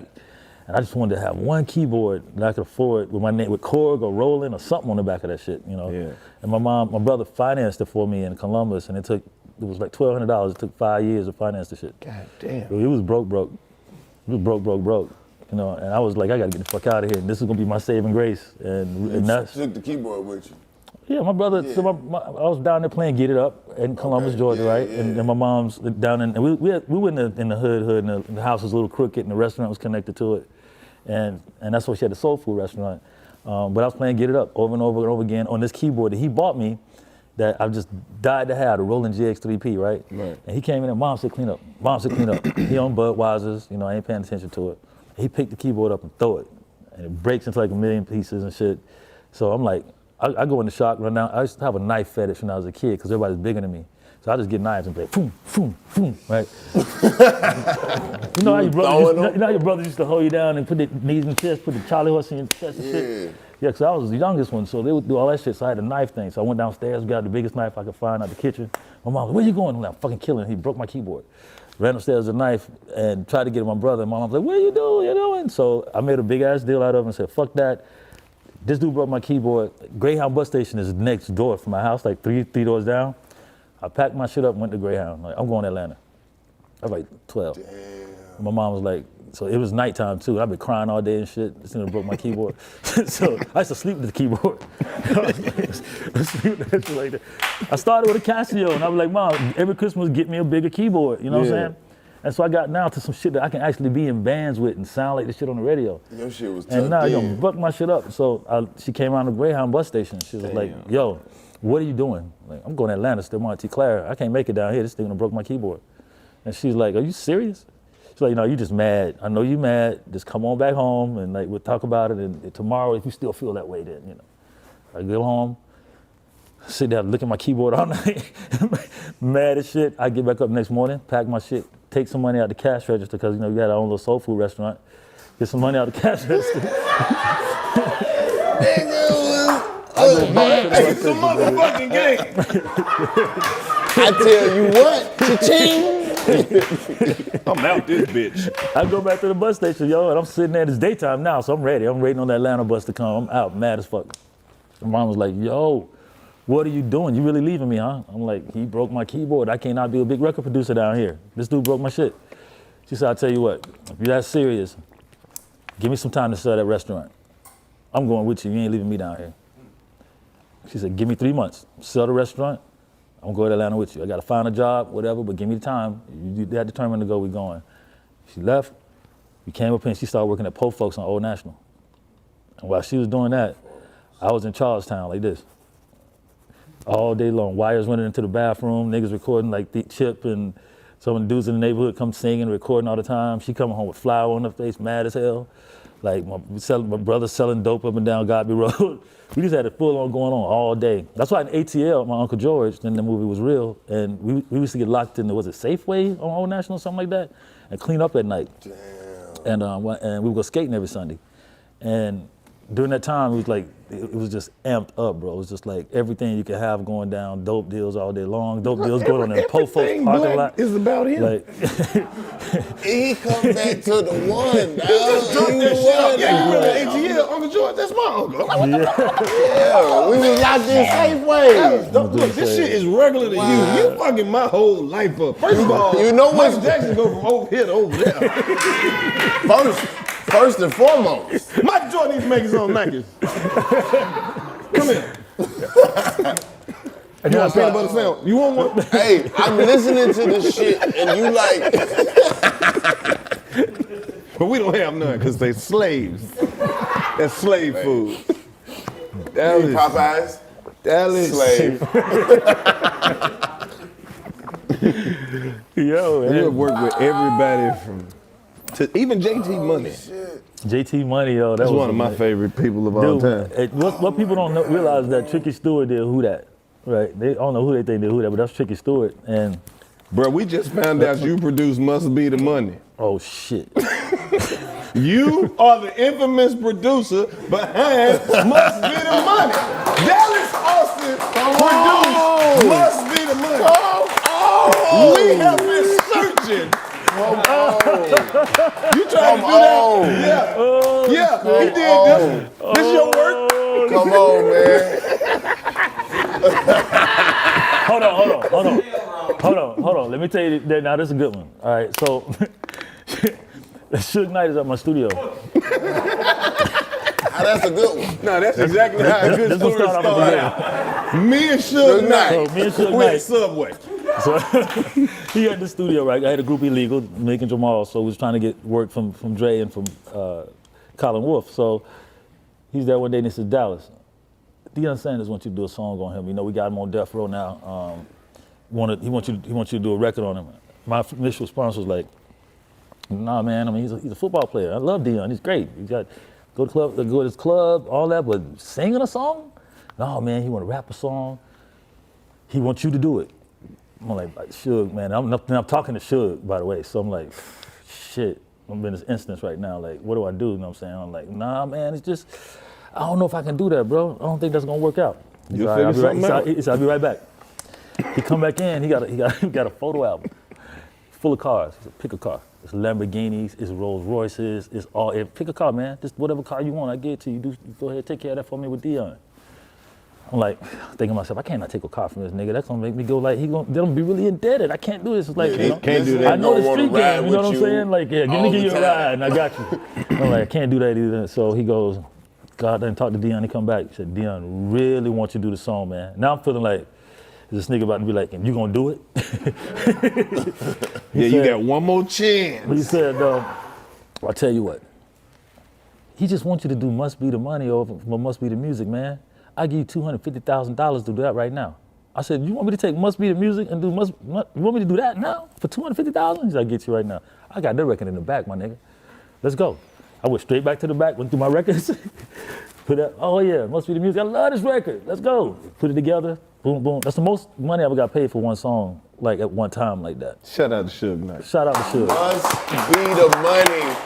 Shout out to Dallas Deion. Austin produced. Shout out to Deion too, because nobody knew I did. And then by the time I didn't think Deion was gonna go through all the way with it. By the time they did it, he was full on. You know, He did it. He did it.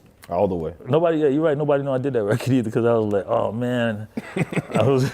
Bro, you have done so much music with shit everybody who's good. Madonna. Oh yeah. That's the freakiest nigga in the world. I just want you to know why he said that. That's the freakiest nigga in the world right there, Dallas. Hey, You know how every crew got a nigga, that's him. he got an ankle fetish. He like his ankles to be out. This nigga remains the same temperature no matter the season. Oh, you freezing outside. Yo, man, it was crazy because working with Madonna, it was more like, you know, again, I'm Atlanta to death. I got like dreads down in here. I'm at my studio, like I'm just in my own shit. I ain't really like too, you know, shaken by anybody. But then they called and said, okay, she called the studio, and my security guard called, man, somebody talking about she Madonna on the goddamn phone. I'm like, That's yeah, how he right. came and Yeah, said man, that? somebody talking about she Madonna on the phone. So I'm like, huh? He's like, no, I told him, I knew it wasn't her, man. So, you know, but they didn't call like 1 or 2 times or something like that. So I'm like, and this wasn't the back day when you had the text and all that. So it was like, all right. So then they called again. He's like, you want to take this call? And I said, yeah. And then I picked up the phone. She goes, Dallas? I'm like, holy shit. This is Madonna, ain't it? She said, yeah. I was like, oh, because you wouldn't expect her to be called in the studio, but a manager had talked to mine before and gave him the number. So she's like, I want to come to Atlanta and come have a meeting with you. And so I'm like, all right. So she comes down, and I'm still Atlanta to death, bro. I'm like, back then I didn't talk at all. I wasn't talking to nobody. I was just like chilling. And so she came in, and then we started to, she's like, yo, I just want my record to sound like what you do. I love your records. I love this. And then the other. And so she said, so we hit it off good. And she goes, well, I'm going to be in California. I want you to come out to Miami and California, come meet the people we're working with, da, da, da. So I'm kind of like on a little Madonna tour, right? First stop is going to be LA, and then I'm going to go to Miami, right? And meet her out there. So I go to LA, and she has this castle, right? It's the castle that I think Al Capone or somebody used to live in, but she painted the shit burgundy and yellow stripes. The whole castle. What? Right? Bruh. In LA. Wait a minute. This nigga said Madonna bought a castle.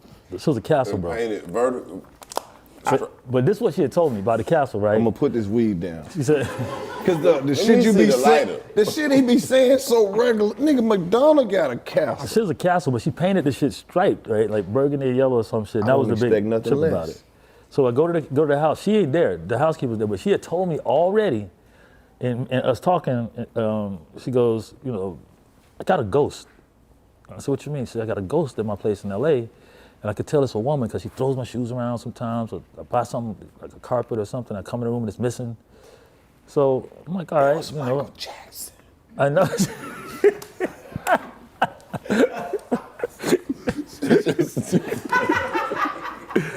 So for real, right? So I go to this house, and she's not there. I'm supposed to be there in LA, but she's like, go stay at the castle while you know. So me and my man Dave Gates, we go up in there. We're like, shit, look at this fucking castle. Like we just like, this is out of control. Long castle tables, big castle doors, like everything was just insane. We ain't never seen nothing like that being from Atlanta either. So I go in the room, and so we jumped on the bed. I'm like, shit, let's turn on BET. So we like watching TV, like sitting there drinking beer, like smoking, because it's just me and Dave there, you know what I'm saying? And the housekeeper's downstairs, right? So it's a wall, like when you walk out the door, it's like, you see how those doors against those walls right there, they're flat. The castle door is huge, it's flat against the wall, right? So we've been in there just tripping. Like, I'm just like bugging, like, nigga, we in Madonna fucking room, like, you know. Get ready, walk out to go to my meeting. That damn castle door slammed so hard, bro, it just went, wow. So I was like, what the fuck? Dave was like, what the fuck was that? Because it's impossible for the door to do that, right? The housekeeper was coming up the steps. She's like, oh yeah, that's the ghost. She was just mad y'all was in the room. I still got the garage door opener, because I left. I was supposed to go back that night, so I had the gates open and stay there. That shit slammed so hard, it was insane. And then by the time we started working together, I was hanging with my man Jack, you know Haitian Jack. I was hanging with him when I started working with Madonna, and that's how they got their, the Tupac, Haitian Jack, Madonna connection. All of that shit started going on at the same time, but. Boy, you are the square root of black history. Nigga, But it's just like, it's like Martin Luther King was like, death! I think You got Atlanta, bro. Dude, we came up in an era where like everything was just like, I think it was the verge of everything, us starting everything, and then it was the city started just rolling, the city started just being like, And everybody just became interested in us. Everybody from everywhere became interested in Atlanta. Like, what's going on there? How do we get a sound of it? How do we get a piece of it? And it just became that time when everybody was just rolling, like, the East Coast, West Coast battle started here.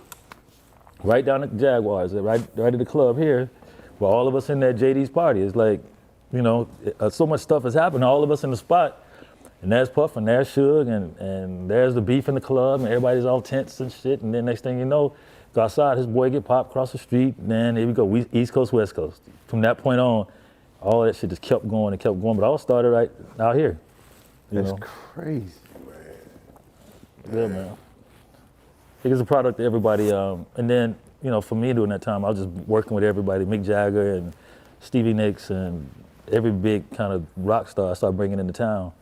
Kind of just rolling around Atlanta with people like that, and then just taking them to MJQ, like taking Janet Jackson to MJQ. You do know you was fucking people up when you was doing it, right? Like, nigga, I might have been high, but I was on Old National last night, bro. It was fucking Dallas Austin and Mick Jagger in that bitch. Get some lemon pepper wings at the motherfucking crow's nest. I swear to God, bro. It was Dallas Austin, Bobby Brown, Bobby McFerrin, and motherfucking Michael McDonald. At the Crystal. It was JT Money. A nigga with a yellow suit on. Dallas Austin, he wasn't talking to nobody because, you know, he hear the music in his head, so he can't. That's what niggas used to say, bro. Bro, Dallas don't be talking because he hear music in his head. Man, I was You still get motherfuckers trying to get you to fuck with that music? You had notorious silence for a minute. The thing was, it was a trip because I was really just shy as shit. And so I would have my shades on all the time because I didn't want to be fucking with nobody, right? But then they'd be like, oh, that what Dallas, how cool he is. I just want to go home, nigga. Like, I don't even want to be in here.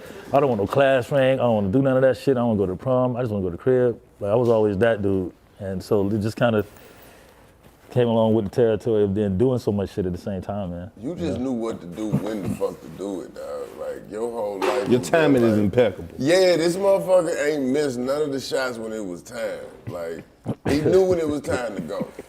Like, mama, sell that restaurant. Sell that restaurant, man. Let's get Get out of the fuck out of Madonna's castle. Come on, I promise you, I'm gonna be in Madonna's castle, fucking a ghost. She gonna get mad. That's the part he left out. He stayed one night before, fucking around like, Madonna fucked me. Madonna like, no, I didn't. And Madonna ain't shit for leaving you in a haunted castle by yourself. With a ghost, she ain't even tamed her own ghost. Man, Dallas, stay in my house to see if the ghost is there. The people downstairs, that goddamn ghost gonna be mad. She got them niggas up there in their bed. You know that ghost don't like black people. They up there watching Mike Tyson and shit on HBO. The goddamn ghost just passive aggressive old white bitch.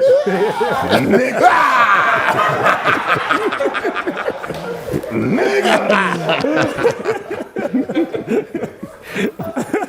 I wish you would leave. You ain't got to tell my ass twice, nigga. I'm out of there. Go I'm back like, to out. your neighborhood. That shit good. Damn, man. Yeah, man. Ghosts gotta work the other way too, though. You gotta hunt the shit out of white people.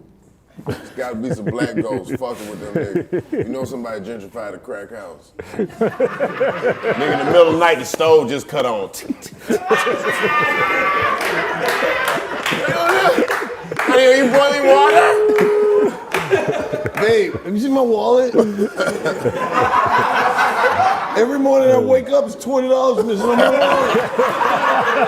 Babe, I know I'm not tripping. There's $80 this week. Did you put this baking soda on the counter?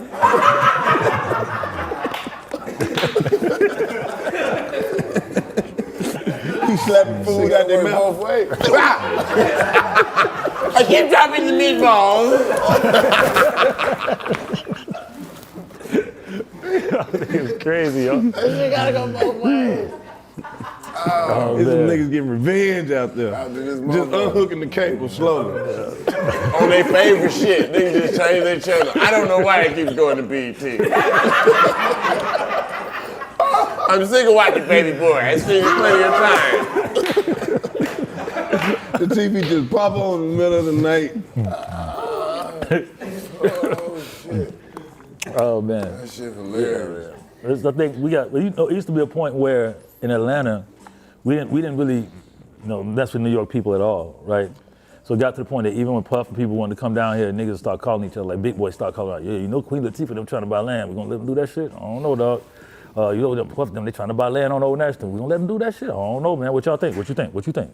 Because this shit's country, and we protect that shit because so many people ran in here and either fucked us over or ran out or kind of, took the culture, ran out. So we always been, and Gip and them was the worst about it. Gip and them was just like, oh, no. Zaga, coming down here. Don't come down here trying to steal all the country man land. Yeah, man. So, but then when I left, I had Rowdy in New York, and LA was supposed to have Rowdy being the rap label, but then LA some kind of way signed Outkast to LaFace, and I'm like, well, hold on, it's supposed to be the rap label.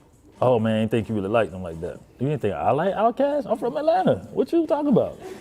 Well, That nigga, he said you, what? Why do them motherfuckers be doing Because you know what it is? They had just, Players Ball took off from being a record that was a Christmas song. The Christmas song, right?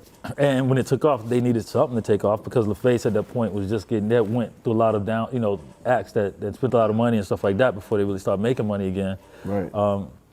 And so then I got mad. I was like, you know what? I'm up here in New York. Don't want to be up in this motherfucker in the first place. And then you're going to sign Outkast to LaFace. I'm out. So I went to Clive. I got to go to Atlanta. I don't want to be up here. And so he was like, all right, well, because I thought he was going to be like, okay, well, we're going to close the label down. He was like, no, take it with you. Let's start over. Like, just, if you want to go to Atlanta, I understand. And at the same time, Puff had got into it with Andre and was getting fired for Uptown. So he called me and was like, dude, I don't know what to do, And so I flew up to New Jersey. I was like, dude, you should have a label. Why don't you start your own shit too? When he had already been doing records with Uptown. I had like 2 labels at the time, Rowdy, and I had another one called Limp. And I said, you should start your own label, dude. Just move, do your own shit. So then we took him to Arista. He did the deal with Clive. I said, another thing is, take my offices, because I want to go home. So he took those offices, the Rowdy offices, and made them the Bad Boy offices. And then I moved Rowdy down here on Marietta Street. And took a floor on Marietta Street and then South Monica. There's too much information. Man, Black history. I wasn't going I was like at one point I was like, that shit should be a movie. But then you would tell a story and I was like, oh nigga, that is the movie. That's your movie. But you got even more shit that need to be a movie. Unless you're gonna tell me this is a movie at the end of this one too. So you gave your office to Puff. Yeah. He turned them into the Bad Boy offices. And then I got an office down. Now this is the crazy part. My office downtown on Marietta Street is a full floor across from the newspaper, right? And you know who the parking lot guys was? Alex and them. Alex Guillard. I heard. AG Entertainment. Come on, man. He was the parking lot guys. They were out there collecting tickets for the. He do all the clubs. Yeah. Shout out to Alex. He started with us long time ago. But like just to see everybody evolve into what they've evolved to. Shaka being there to Spotify now when he was at radio stations. Like everybody's just evolved into, grown ass people, I guess. We don't even know it.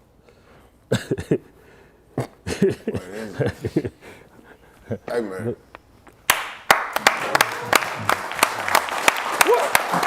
What can you say? Hey man. What can you say? It all come back to whatever I'm telling you. TLC. Man, don't ask if Dallas fucked her, because I'm sure he did. Especially if she is of that freaknik age. It's over. Don't even ask him. We was having a good time, bro. We was having a blast back then. Let it go. He didn't even talk to him. Hey, I talked to him, man.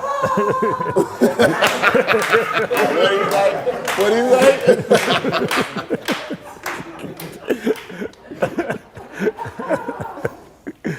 Do you like me? Man, TLC, man, they was right here in Atlanta. Yeah, it was funny when I went to have a meeting with them. I knew T-Boss from the skating rink. Like, ATL was supposed to be called Jelly Beans, by the way, and so Lauren London kind of plays T-Boss character, and like we wasn't dating then, but she was a real tomboy. Like she'd be at the skating rink with her hat down like this, and she dancing, and she yeeking with everybody. She ain't on, So she was part of me, Rico, T-Boss. All of us knew each other, Divine. We were all at the skating rink. And when I went to meet with them, because LA said, I got this group, And so I wanted to meet with them. I'm like, by the time I was like, okay, come on, everybody want to build a group in Atlanta now. Because everybody started popping up with acts. Acts up, three black girls, to this, to that. Everybody was just popping up with acts. And so when I sat with them, I'm like, oh shit, y'all want to be in it? Y'all gonna be a group too? Then it was like, LA was like, yeah, you know, I don't know what to do with them. So they started, they performed like one of the Teddy Riley songs. And I was like, I know what to do with them, you know. And then that's when we started writing all the songs. And we were just living out the times because they were like that in the first place. We were just young and wild and, you know, making records about what we were doing for real.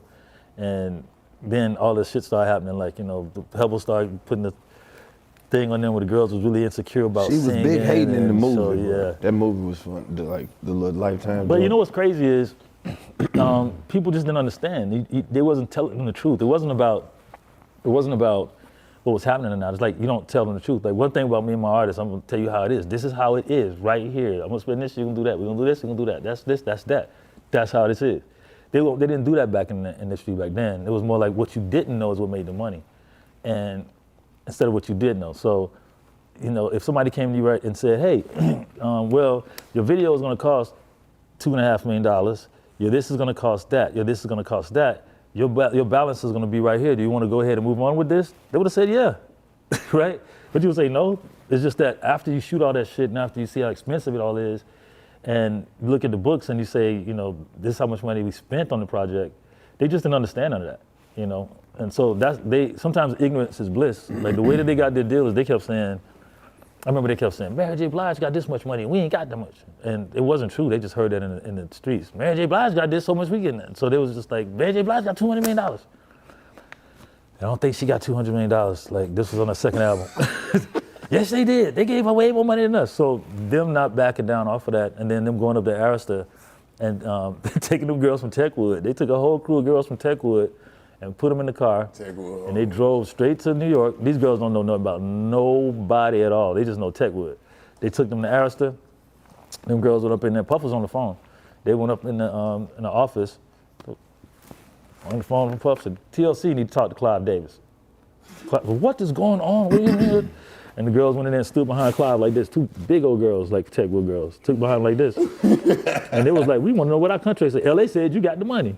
You say LA's got the money. We want to know who got the money. So we ain't leaving until we find out who got the money. While they doing that, the other girls is going up and down Arista taking down plaques off the wall to take home. Oh shit, we in Houston?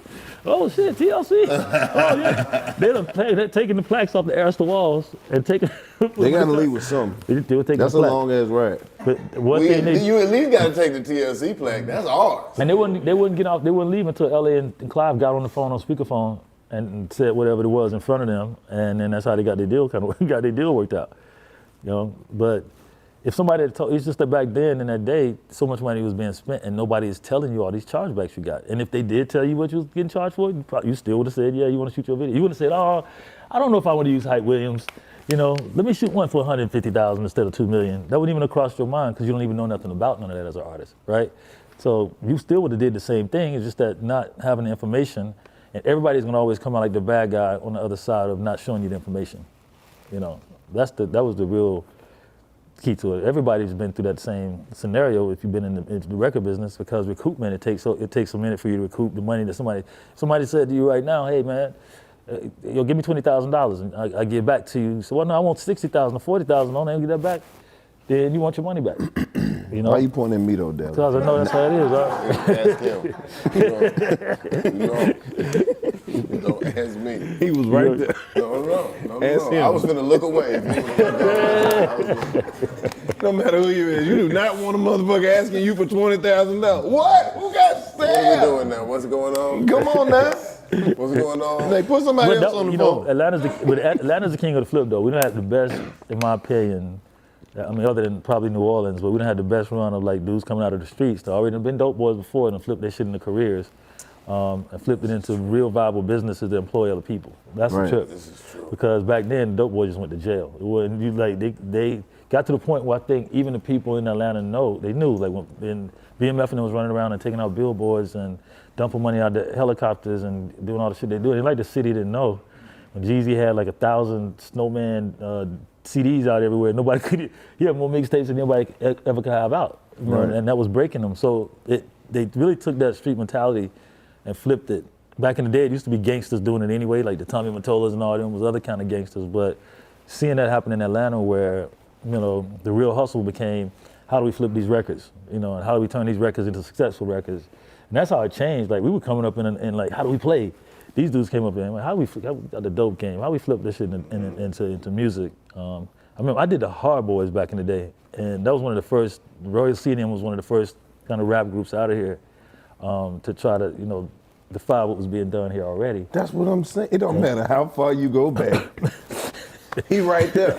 Carry the one. Put that there. I remember when James Brown was working on his album. That's crazy. James Brown too. Well, my stepdad played for James Brown, right? Don't ever let him go, man. You never leaving. You never leaving, bro. I'll tell you the funniest James Brown story. Right, so I used to go on the road with them when I was a kid, them and the JBs, right? My stepdad, who plays all the guitar leads, Jimmy Nolan, so I wake up in the morning in 3rd grade, smoke a piece of joint with him, right? And play those licks, like he played all those licks you hear on James Brown. So we'd get up in the morning. That was my thing. I was shy at school anyway, so nobody knew I was smoking weed at 3rd grade. Then What the fuck? With your pops? Yeah, I just hit a little head. Bro, I just thought my nerves was have bad. had the best life I have ever seen a black man have.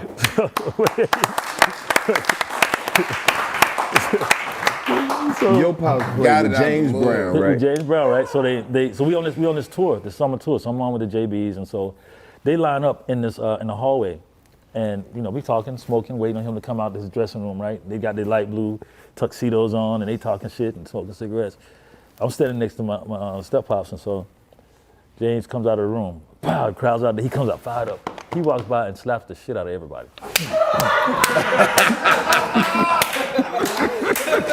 Like, I'm terrified. I'm fucking terrified. And What is this about? grown ass men. He slapped the fuck out of all of them. Like, pow, pow, pow, pow, pow. It's like 5 I just remember JBs. thinking, I hope he don't fucking hit me. That knock me out. But so we got after it was over, I got back on the bus with them, and it was talking. They was like, oh shit, this bad show. Like they didn't even pay attention to himself. I asked him, why he hit y'all like that? He didn't want us to mess up. He said it's to get our attention, to make sure we paying attention. So if he see us out there like that, he's just like, yo. And he's like, so we don't fuck up. I can't play good after you slap me. After you slap me, I'm all fucked up. I'm off to the mother. He would do shit like leader, man. Like if one person fuck up, like they were playing in the Bahamas one time, one person fuck up, he'd leave everybody. Everybody, y'all can find your way back. And he didn't play that. He was just like, that's how he kept them. That's how he kept them tight. But yeah, that shit scared the hell out of me. Now, fast forward, Catherine Bruton, who she's the head of BMI, that all of us love very much. She's going into BMI this one year, and she goes, I think I want to start an award ceremony, the BMI Awards. And the first thing I want to do is I want to honor James Brown, and I want you and Pharrell and Rodney Jerkins and Chad to be the JBs. And so I'm like, holy shit. This shit's crazy. He had a flashback. Right? Ain't nobody slapping me. Tell that nigga, put that in my contract. If James Brown slapped me, I'm swinging. I didn't even think this dude remembered me because of how long it was ago. But I guess through music and stuff, everybody the word got out, whatever. So here I am on stage. James is performing. What it is what it is. And I'm playing. And Pharrell's playing drums, and I'm like, this shit's crazy. I'm like, whoever thought I'd be playing the same shit behind James Brown that my stepdad taught me to play with James, right? And after we finished playing, he goes, now where Jimmy Nolan boy at? And I'm like, oh shit. And I'm like, he's like, and he come and grab me. He said, y'all know how long I known this boy? And then, cause I used to be on the Sweet Charles organ when they would be practicing. I'd be on the Sweet Charles organ, like chilling. And he brought it, he's be on the Sweet Charles organ. And I was like, shit, and he brought that flashback up too. I was like, yeah, that's the same day you slapped the shit out of everybody.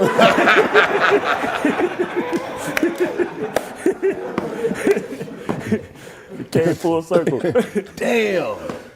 I remember that day. I said, You know, you that get these woke things that me. terrify you, you never forget them shits. Like something that scare you like that, you just be like, that shit's crazy. Man, he hit him that hard. He slapped them straight. There was nobody laughing no more. They was geeking. They was geeking.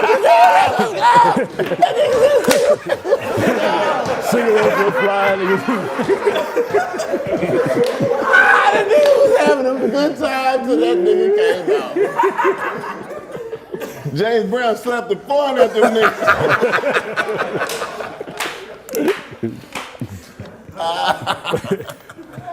That dude was a worker though, man. Like I looked at his like if y'all don't watch Mr. Dynamite, watch Mr. Dynamite. That's a good documentary about James. And you'll see all that stuff, some of that stuff in there, not all that. Yeah. There's a whole documentary just about James Brown slapping people. It ain't got shit to do with music. I knew he would fuck them up if they messed up. No, you gotta do it What ahead you of time. mean you get fucked up? So you don't do it. It's like This like what you Minority gonna Report. get and you don't get right. He was slapping them beforehand. Damn, man. Oh. Yeah, it's been so many. I mean, I know y'all heard the when Busta was on here, he was telling y'all about everybody being at the studio, right? But George Clinton, what he did is he came in, and I happened to see the Mothership Land when I was little in Columbus, right? Because my mom's restaurant is down the street from the Coliseum, right? So I've seen all this shit when I was little, like the Mothership Land, because everybody come eat soul food and then go play, right? Commodores, Zap. My brother would take my elementary school snare drum and sneak me in the back of the concert. He'd be like, yo, I got a snare drum for Zapp and Rogers' drummer. And then there we go, boom, we in backstage. Right? They used to do this shit all the time, right? And so I've been able to, one of the things that's been a trip is I've seen all these people as a kid that I would just see the tour bus sitting outside the restaurant. They go to Commodores. Tour bus sitting outside the restaurant, there's George Clinton. So as I started to get up in music, I started to work with all these people. I worked with Lionel, I worked with George. And when George started coming to DARP, and he just, one weekend, he came in there on a Friday or something, right? He said, I want to use the studio. Sorry, dude, you got it. I left from when out of town and came back. I'm sitting, like I had a room in my studio. I'm sitting there at 2 or 3 o'clock in the morning. George just comes out of one of the rooms, smoking weed. I said, dude, you been here this whole time? He said, yeah, man, I ain't leaving this motherfucker. So then, if you surround that with, at the same time I had Diamond D, Too Short, Busta, Eric Sermon, and Outkast, and Goody, we all used to be at DARP. And we used to hold these forums. And George would sit down and tell us about the whole horse book, like they were saying. And he would tell us shit like, yeah, you're gonna see it flood in places you've never seen it flood before. And then they're gonna come on TV and say, hey, we're FEMA, we'll give you flood owners insurance. We was like, really, they're gonna make it flood? Yeah, they got weather machines and they're gonna make it rain, it's gonna flood everywhere. So he kept telling us all the shit that started to happen, he was telling us in these sessions, and then all of a sudden one day, people are rowboating by the top of their houses in Chicago, in Illinois or Milwaukee, and like the rowboat over your roof, you know how much water that is? So, and then the commercial will come on, we're FEMA, we're the only ones can give you, I'm like, this dude, all the shit, the checks turning into cash cards, all this stuff he told us a long time ago, and he was telling us all in this room. And that's when Goody Mob started doing cell therapy and stuff, is when we were having these New World Order forums in the studio. But look at that group, like Too Short, Diamond D, Busta, Eric Sermon, Illegal, all of us would be in this whole little squad. And every day, we would hold a forum like this, and George would just download us with crazy shit. Like NASA sending a person on the road with them when he was talking about spaceships all the time. Because anything you play with space, NASA want to know. They don't care if you're joking or not. Anything you talking about the motherships and all that kind of stuff, they want to know. So they sent the person on the road with them, but they were so high, they didn't even know who the person was for a long time. So it's like, Who the fuck is Buddy? Who is he? I thought he was with you. Nigga, I thought he was with you. This nigga love our music, man. Nigga been at the last 37 shows. It's like 13, Hey, 20 people. what we at tomorrow? Make yourself useful. It'd be like 20 people on the stage, so they didn't really know who was with him or what, And so he would just download us with all this shit. And one day, I'll pull up to the studio, and the Short and George and all them that's standing outside, and everybody's looking up in the sky like this. And I'm like, what the fuck are they doing? And I pull up and Short and like, yo, nigga, we just seen a fucking UFO. I'm like, what? Like, and it's like afternoon time. It's like, it ain't dark yet. It's like, it's still like afternoon time. And all of them literally, but they're sitting up with their head caught, everybody, the whole inside, and all of them out back. They're just like, yo, we just saw the fucking UFO. All of us did. And I'm like, what was it like? And they're like, it had lights going like this in a V. And it was sitting over the damn studio. I said, that's what y'all was looking at when I pulled up? They're like, nigga, yes. I'm like, y'all niggas is high, for real. Like, really. But everybody was saying it, so I can understand if it was like one or two people, but it was all of them. All of them was like, nigga, you see that shit? Right. You know, and so George would always come tell us stories about, you know, the ships, and he's always been that guy.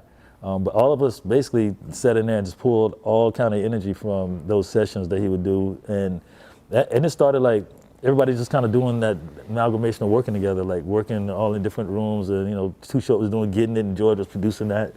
But it was, you know, I feel like Atlanta has that thing where, especially from a label standpoint, everybody's like country, you know what I'm saying? You can go by somebody's house, wipe your feet before you go to Miss Johnson's house, don't give a fuck, take them goals out before you go in there. So everybody has a sense of respect about each other and love for each other and all that. So I just feel like whereas to see it come from those kind of days and then to see it go into, you know, everybody really shooting each other and everybody really taking it to the next level is like, okay, everything is going to, for Atlanta, it was really about the eclecticness that we brought together. Atlanta is really about Cash doing Curtis Mayfield and these niggas coming out of the hood with fur pants on and gold teeth in their Cadillac, you know what I'm saying? And like that difference is what makes us really Atlanta. So I think that's really now what I miss the most about it. That it's gotten really linear when it used to be so creative. It used to be like, this is the place where you push your creativity to the max. Like I'm bringing the football cleats back. You should, Back, you should, You know, that's why Andre 3000 had the football shoulder pads. Because he seen you with the cleats and said, nigga, I want to do that from the chest up. See, that's why Andre playing a flute now. It's different. He don't need to do nothing. Is that a flute? I think it's like a type of flute. But I was like, I thought it was an oboe or some shit. Is it a flute or an oboe? maybe it's a collected kind of flute. It's a woodwind, flobo. though. Like it's like a combination of the two of them. But I thought it was a joke at first, but he really liked that. It might be a bassoon. It might be a bassoon. I know it ain't a regular flute because you be holding it like this. Yeah, nah, it's something to it. It's an alto sax. I don't know. Whatever the stretched out saxophone is, I don't know. You know the music more than me. Don't get me in here to lying about shit. I'm still tripping that the motherfucker saw spaceships. So you telling us there's a chance our partner Fabo was not lying when he said he was starting to see spaceships. So you fascinated by the shit that was in the air. Nigga, Michael Jackson go from right here to over there. Come on, man. And ain't nobody seen shit. Come on, man. Just a shirt. Whatever color he had on. What if he didn't even have on a red shirt? That's exactly what I was thinking. The crazy shit, you'll see him driving down Ventura in the van itself, driving himself to the studio. And we were walking down the street like, does he not know that many these people look would like wreck? Michael Jackson? The red shirt, same hat, window down, black van, had rims and everything on it. And he'd be sitting at the red light. But I think in the LA they probably thought that, look at this nigga trying to look like Michael Jackson. Like, but we would be walking to the studio like, or going to get something to eat, and he'll be sitting at the red light. So like, this thing is Mike crazy.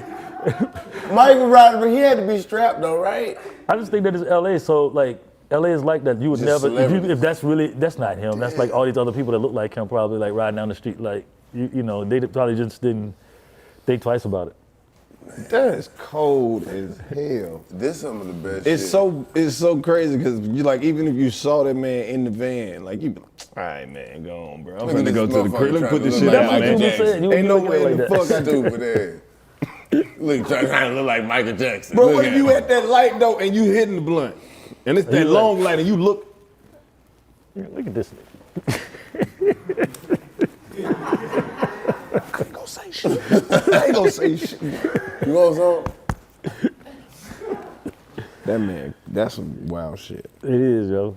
That shit, that's so. Hey man, I can't believe you came through the trap just to talk a little shit with us like that, man, and put us up on all this game.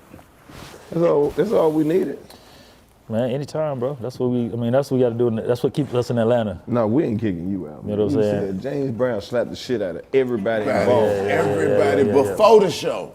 You making me think I'm pursuing this whole entertainment shit wrong.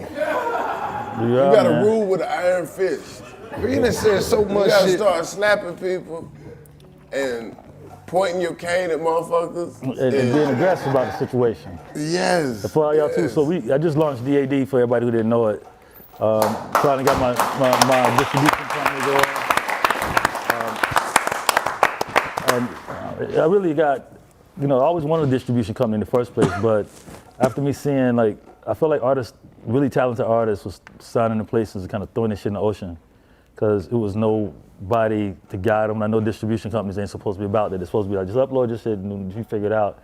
But at DAD, it's different because you do get a person to help you navigate, especially if you're somebody who knows the lingo and you're an artist enough to know what you're talking about. And if you're an artist enough to have already built yourself up some, then you need somebody to point you in directions or some shit. And it's exciting because it's a different story now because I get to hear music from everywhere. All over the world, people can load up their music. What kind of shit you like to listen to? Anything that's great, bro. What's crazy is You got to be in great Atlanta, already.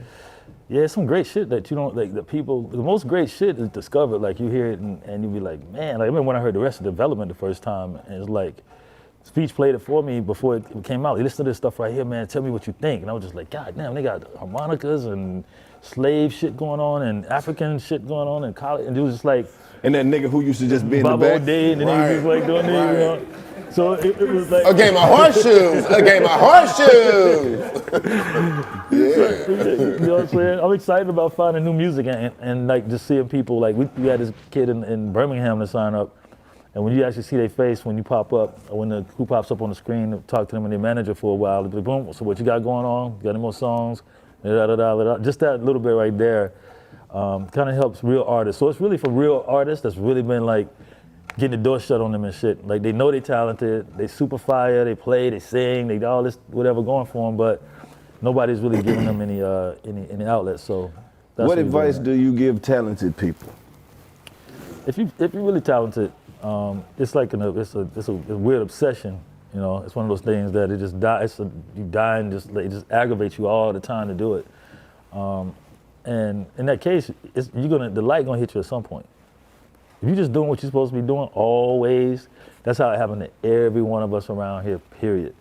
Like, that's why I would see somebody pop up, like, you remember me? I was in the group that came to dark a long time ago. Like, the light gonna shine if they keep, it's not a person, to tell you the truth, it's not a person that came through my studio that didn't make it. Not because of me, but because maybe it was an opportunity for them to record in there or whatever it was, but I don't care if it was 112 or Ciara or like, just everybody that, since the time I made it, it's not a person in Atlanta that I haven't seen do it and the light then shine on them in some way. Like if you look at Coach K, when Coach had Hollywood and the stuff he was doing in MJQs and all this, like there's plenty of times Coach could have stopped there when something wasn't happening or whatever, but like the reason he's coach that he is now is because he didn't. And he's doing what he's been doing that whole time back then all the way up to now. So I feel like that's happened with everybody, period, that I've seen put effort into what they're doing in the city. It's happening to y'all too the same way. Exactly, because I was just about to say, man, our OG called you the OG. You get what I'm saying? Like, Zoo, he showed us a whole lot about the comedy game. Zoo was that when we was running around over there, Highland Place Monsters, and when I was really the Masquerade and all this stuff, he was a part of all that back then. Exactly. With us, and it was the Crow, all these dudes that was just like, really the fabric that made Atlanta different to where it is now. It gave us the right to be that way, you know what I'm saying? So yeah, man, we love where it's headed, we love where it's going. We'll keep expanding it, Right. keep growing it, and I think keep giving opportunities, you know what I'm saying? So we got Rowdy back up, DAD. I'm just back for the opportunity and for the difference. Are you back in the game? You about to flip the game again? Yeah, man, we got to. So you telling me you about to show up and take 700 new motherfuckers with you? Yeah, it's time, man. I got the Rowdy Squad, me, Johnny This time Apollo, really go crazy. You have a Chapo. nigga that juggle. Yep. We got some people who do plants and shit. I don't know if you need some plants. This time we going full circle with it. We got some niggas make gumbo real good.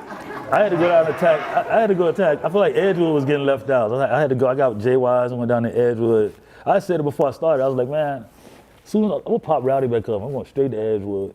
I'm going straight to where, because I hang out down there. I would go down there all the time and be at Sound Table and other places and checking out Kemet and just being in that element of Atlanta. And I was like, I'm gonna bring this shit back up. And this is what I want to elevate right here. This cultural element right here is where I want to start off. And so when I met J-Wise, I was like, yo, we're gonna get this thing plugged in, and you already got the filter through the Playlist Academy he was doing. We did a pop-up on there, and we saw like 60 damn acts in like 2 days. And so out of those 60 acts, I was like, all right, let's just start getting this rolling.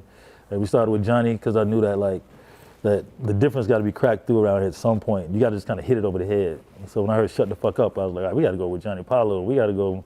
And why had nobody heard of the fucking Bonfire? And why had nobody heard of this other underground shit in Atlanta that's happening that you see black people doing like these incredibly creative, positive things, you know what I'm saying? The only thing that was getting shown is, well, here's Lucci and them fighting. Here's somebody shooting at Thug. Here's somebody shooting at this. Here's somebody shooting at that. And that's like, none of us really came up like to that extent. Everything about Atlanta was really creative. You know, even if you was a Thug, even if you are a young Thug, he's still super creative. You know, but that's what it's about, is being the difference here. So with Rowdy, I'm open for the difference. I'm open for all that shit that we are here and that we did, and it's got to be the new culture of kids like that need that outlet. So hell yeah, we back, man. We back to be crazy. Yep. That's crazy, bro. Like, shall we take some questions from the fans, from the audience? This thing. Oh shit, we didn't even go to Monica, did we? That's what was crazy the other day about D Nice is Man, you know, we didn't even have her on the couch. Well, it wasn't. It was for the awards. Yeah, we did have And Monica. we didn't even. She came through and I presented. heard. What you heard? What you heard? What you hear? I heard somebody stole on somebody. Back in, I mean. Yeah. But you know what's funny though? If y'all watch the verses, if you watch the verses yourself, I ain't have to say nothing else. Like everybody saw what shade was being in and out of there. Like you see people on there, did she just throw shade? Oh, that's why she be. Oh, that's why Monica be acting like that. Oh, that's why. It's just the difference in being from LA at the time, from Atlanta at the time. Yeah. Or period. Yeah. It's just period. Monica, one thing about her was she's always been very like, starting off with her, she's just tough as hell. She was mad a lot of times, like, cause she was just like mad at maybe her pops and what was going on in the environment she was in, and so she was Miss Thing for real. She'd come in there and just be rolling her eyes all day long and like wearing a bunch of little damn chains from Greenbrier Flea Market and a bunch of little gold rings, a bunch of little sweatsuit, always in a sweatsuit. And when she started calling me dad real young, when she first, and her mom said, look, I hope this don't bother you, because I'm just glad that she's looking at somebody as a male figure different than the way she looked at what's been going on in her life, because that's where all this anger comes. I'll go in the vocal booth and she be just wrote. I'm like, oh, I'm like, what? Because you wouldn't see it come out of her. She'd be, yeah, Dad, I'm ready. Let's do another part. But it would come out of her in other ways. Like she'd be in fights or get violent with, if somebody, she would snap fast, And she went through a whole lot of shit, like coming up, like just always in Lila Valley, always taking care of who she was with in the projects and things like that. And by the time it's funny because every time we would get Monica to one point, she'd do something else. Like we shot the first Don't Take It Personal video down at Checkers down on Old National. Next day, after we shot it, she got her hair down to here, she got on jerseys, all that. Next day I see her hair cut all the way off. And I'm like, what, we just shot a video, they're not gonna think you're the same person. Let's shoot another one. So we shot the one in black and white. Then by the time we got to the next thing, she went and got a tattoo. So she was 14 with a big ass tattoo on her arm. And I'm like, and this was not during the time where that was supposed to be acceptable. Like, they were like, you got what, So we put the band on her arm. So everybody's like, oh, Monica got a band on her arm, that's cute. No, she's hiding a tattoo. Then she shows up, she shows up one day to the studio and she got C Murder in the car. Yeah, this is my boyfriend. I'm like, okay, and C Murder's ready to go kill. He's mad that day and going to do something. Oh man, we gotta go attack somebody. I'm like, okay, honey. I think he was mad at Bow Wow somebody. So I said, honey, like, you gotta get better.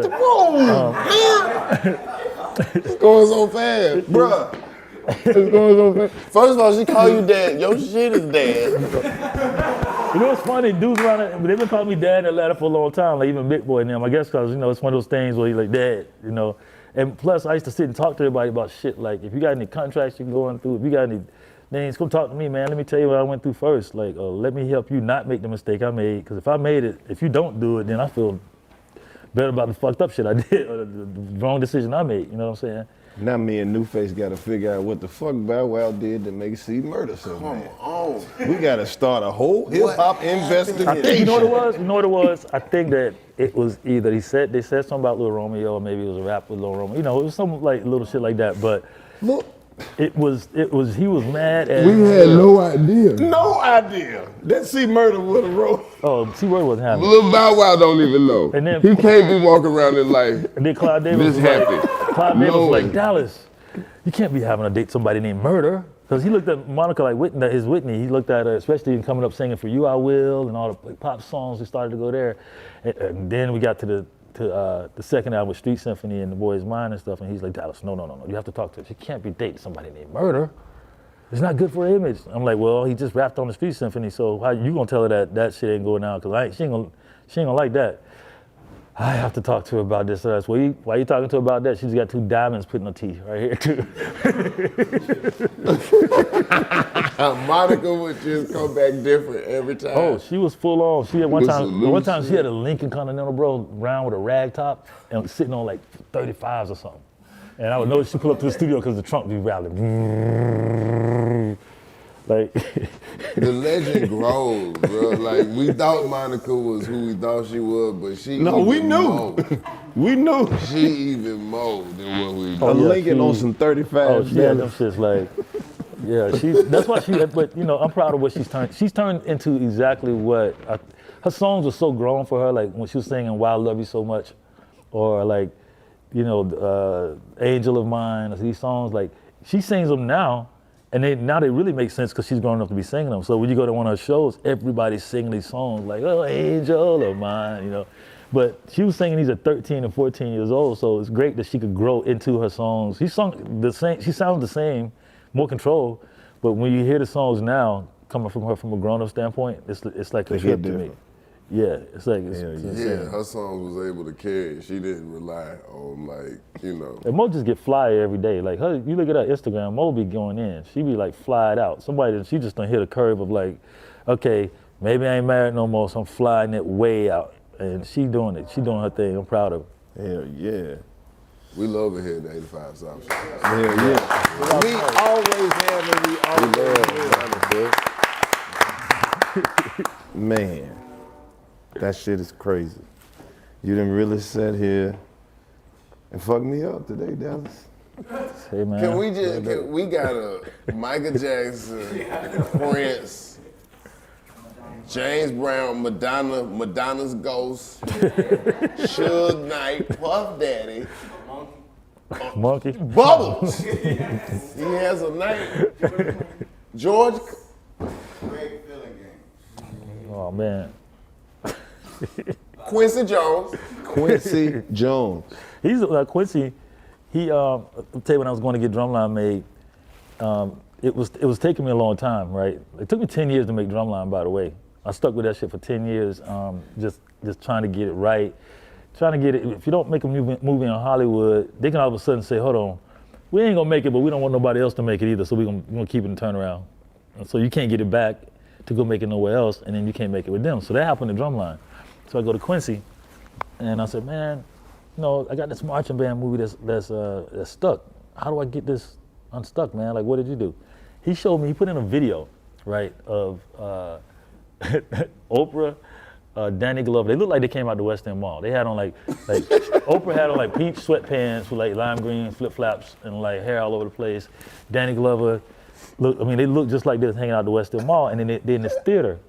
And he's recording them, and they're doing The Color Purple. They're acting out like test runs for The Color Purple, right?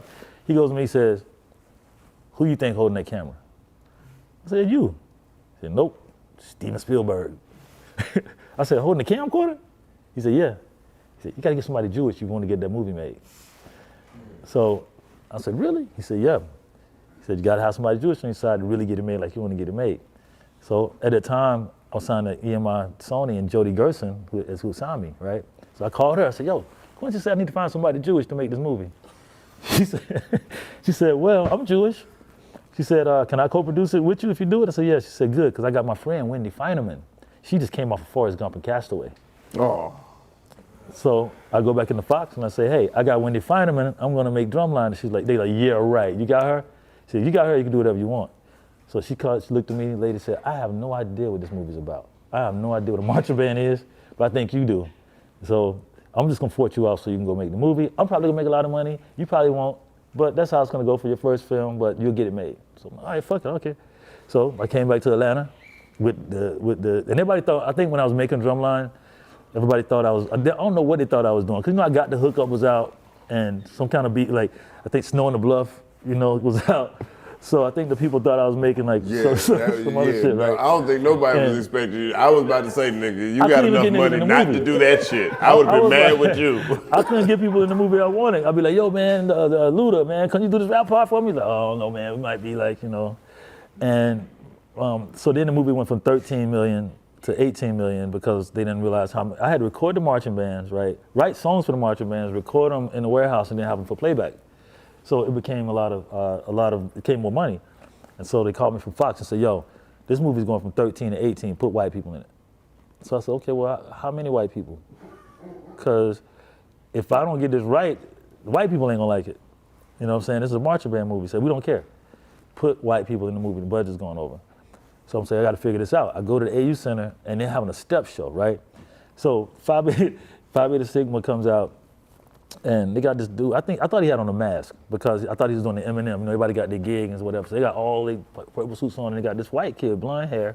And when I'm sitting there, I swear it's a mask. I think he gonna take it off. So I'm like, oh shit, this a white kid in Phi Beta Sigma? I'm like, hold on. So then I started looking around the AU to see if it was some character like that in the AU Center, and it was this kid that lived down the street from the AU Center. He always wanted to be a drum major. And he had red hair and freckles too. And he would play the hell out of the cymbals of Morris Brown.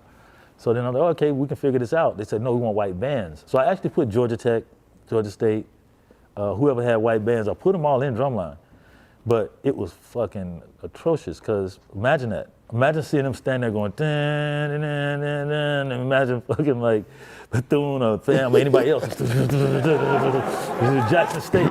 So you're like, this, you can't do this to the schools, you know what I'm saying? Right. FAMU, by the way, was like this. FAMU was like, we ain't getting in there because we can't lose. Yeah, that no. was the story. They said they refused to lose. They refused to lose. He was like, we're not getting there to lose. So what I did was made a fake school, right? I make Atlanta A&T. It don't exist. It's a fake school so that nobody had to lose to another school, right? I wasn't gonna be on the camera saying Fam beat Southern or Bethune, whatever, right? So make a fake. People still like, we're not losing to them either. We damn sure ain't losing to some fictitious school. What kind of shit is this? Some school you made up, their record is 0 is 0. Not us, baby. Yeah, that's fucked up, because I wanted to see us in there, but it's cool, it worked out. And then Southwest DeKalb is most of the band at Atlanta A&T, and most of the high school band. Right. So we just called ourselves making up everything. Then people started coming to Atlanta looking for the school. They want to go there. Like, that's in North Carolina, bro. You started getting applications. Hey, they said you could get me into the advanced program. Hey, bro, what happened there, bro? Him and old girls still going? They still good?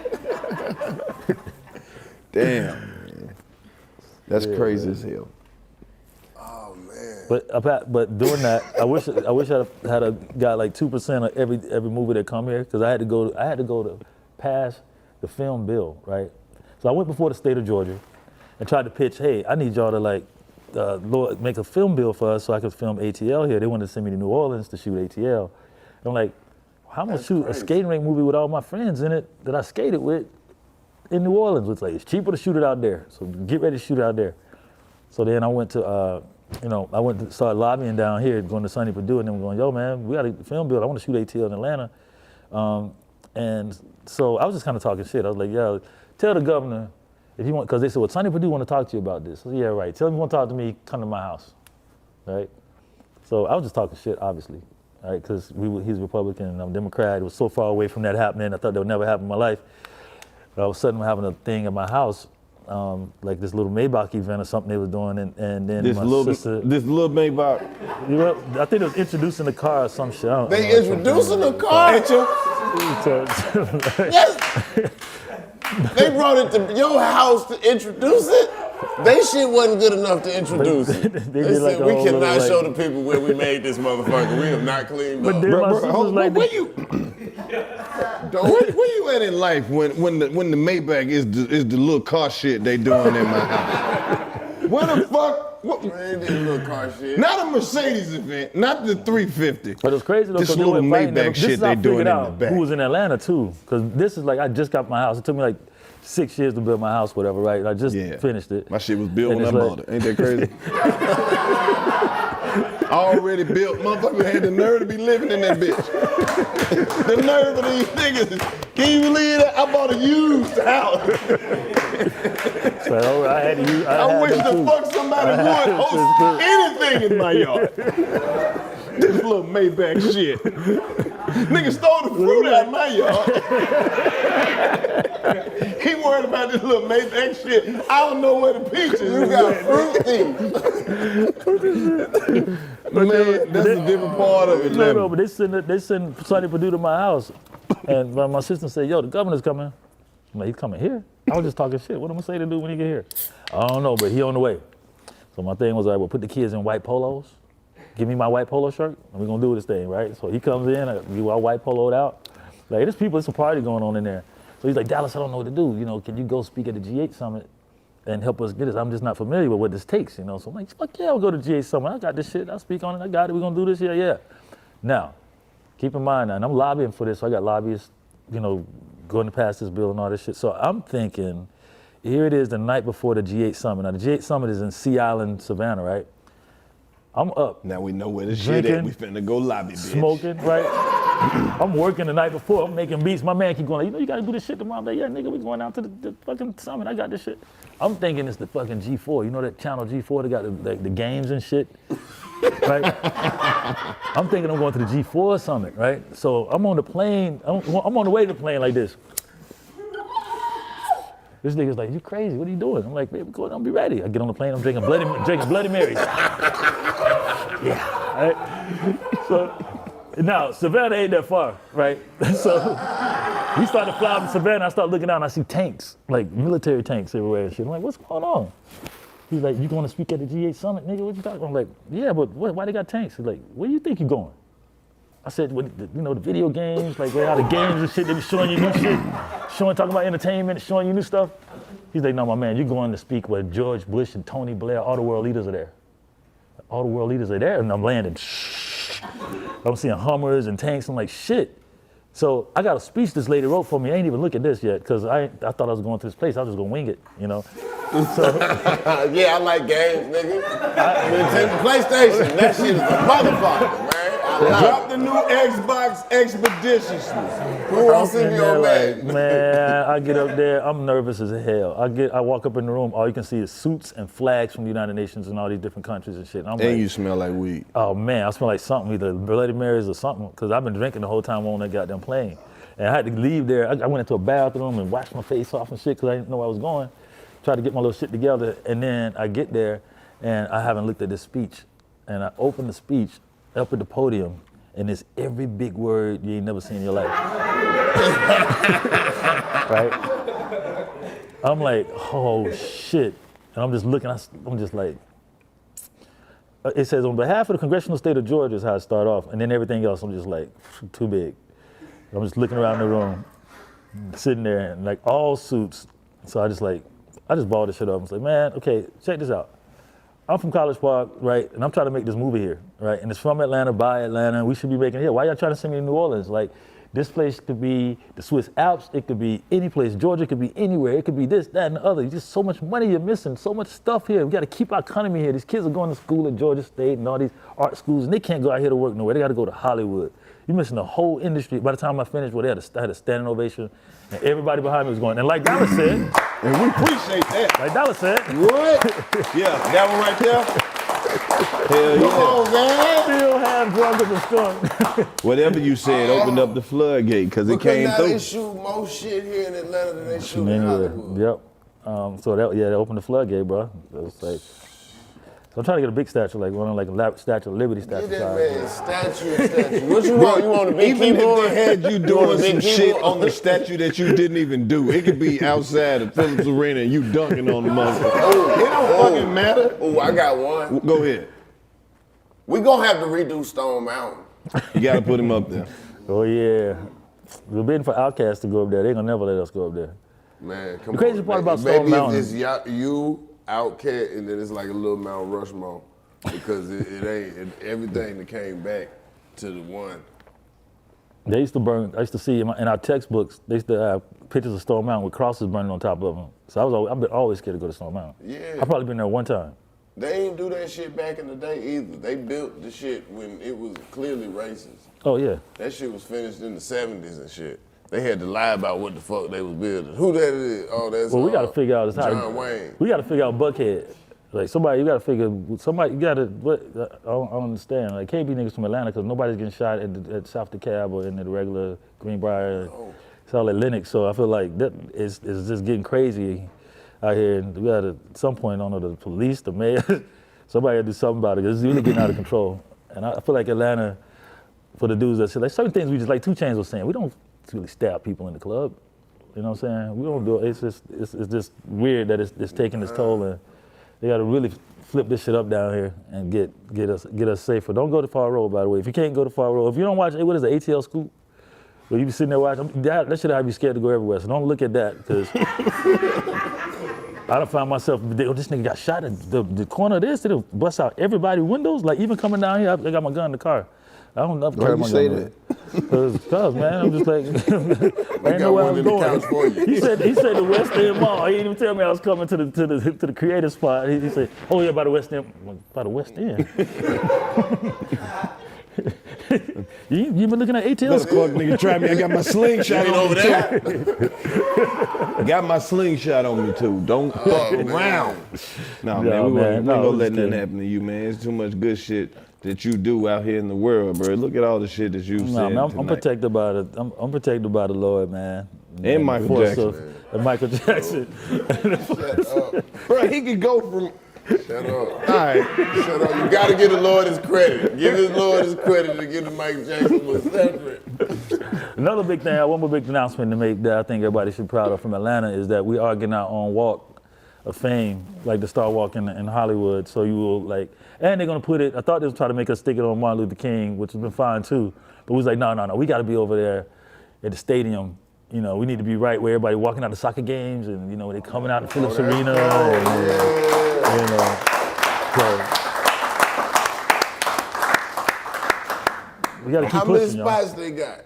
I think they're expensive, so you do start with the first 10, and How then much you the spots go for? about 30, 40,000. 30, 40. I mean, I gotta do could some do fundraisers. it with a payment plan. Let me get on yours. Let me get on yours. Let's do one together. Have me. Long ways to Put our say. name long ways and then get both of them in that bitch. We'll be dapping each other up on that bitch. Towards the end. The ones toward the end ain't We'll but be the last 15. one. We'll be down there by where Uptown used to Last be. step. All right. We'll be way down there. You know you're at the end when you see Karlous and Clayton. You're almost out of there. So when you see Karlous and Clayton make it right, you're gonna take that on straight to the interstate. That's what's cool about it, though. It's the entertainment walk, so it will include y'all. It will include actors. It will include sports. It won't just be music. You gotta be up at the front. You got a statue. Yeah, And a yeah. square. I gotta ask one more thing. What was the wildest night in Atlanta? In Atlanta in Dallas general? Austin's wildest night in Atlanta. Oh, boy. Damn. Really? Hey, I want some popcorn. All right. So it's me, Whitney Houston, Jackie Chan. and Steven Seagal. We on Old National. Why you keep taking that from the Old National? They're Frozen Palace. Well, you know, we had that wave that kicked in by the Y2K, where everybody's on ecstasy. The Y2Ks came in, and the Mitsubishis, and that's when it first hit Atlanta, like the real fun epidemic. So everybody was wild, everybody was out and like happy as hell, and going to MJQs and shit, and like so me and Sleepy Brown and Joy and Gip and what was it, Bizunda, like all of us used to all hang in our own little pack, in our own little squad, and. So I think it was like Christmas or something like that, but all of us had been like, I think the MJQs, and we just thought it was a good idea to like, you know what, we got to go Christmas shopping tomorrow. You know what I'm saying? Won't we just stay up and go to the mall? You know? So, Makes sense. that makes sense, right? I've been there, especially if you took a Mitsubishi or Oh, man. Dog. Oh, yeah, it makes sense, right? We happened to go to the malls though, but all of us then decided we should all buy matching sweatsuits, right? Everybody. Me, Sleepy, all us stuff, and the Kappa sweatsuits with the chicks on the sleeves. So now all of us are switched into those in the mall. Now we're in a whole nother world because we just sit on joint. But by the time we all look around the shop, niggas sleeping on the counters and riches, like sleeping in between, sitting here and there and all that. But Karma, the nightclub used to be our wildest days because we used to go underground, and we didn't go out until 2 in the morning. Like nobody went out at 9, 10, 11 o'clock. That wasn't an Atlanta thing to do. You went out like 1, 2 o'clock. You just stay out, come back home, the daylight's out, you know what I'm saying? And then Karma, that was just like a whole nother, like, I don't know if it might have been this, I don't know how sinister, it was just sinister. It was fun, but it was dark because it was downstairs and I think across from where they had the federal building at. So they used to have slaves across the street, basically. Yeah. So you got this real eerie feeling going on there where everybody in the whole place be down there rolling their fucking face off. And that was to me that was the funnest time until the ecstasy started going into after hours. Oh yeah, the after hours, yeah. So when the ecstasy started turning to after hours, cause that wasn't really for that. It was more like, hey, we're gonna hang out with the white kids, we're gonna hang out, get mixed, and go to MJQs and go there. But when it started really moving to the after hours and to the black kids started taking the after hours, it started getting dangerous. Right. It started getting crazy. But I would say that those nights, period, because it wouldn't be one night. I would say it would be an era. And that era was like, to me, the funnest era because I think it was new.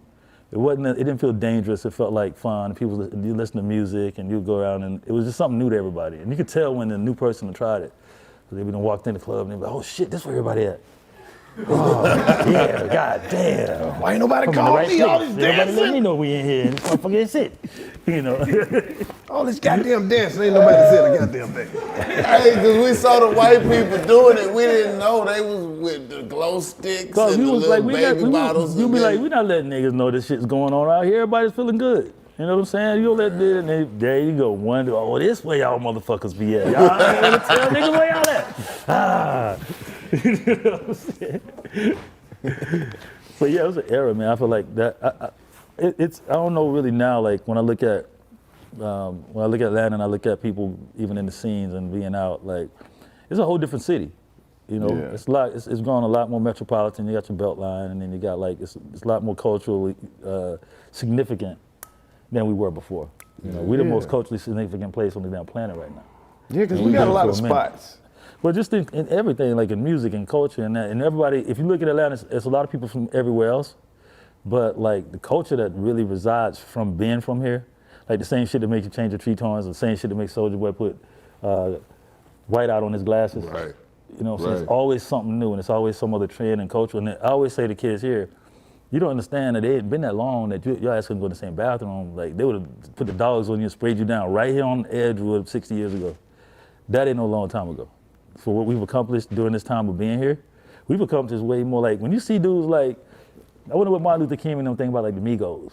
Or like when they see dudes with so much like jewelry and that cars shit. and cars I and had jewelry a song that went just you know, what do like you think Bad about and Lil Baby? Bougie. You know what I'm saying? Ooh, running back, I want to hear Quavo. This shit was all about the economy. They didn't want you to get rich. He would have And liked you know, that shit.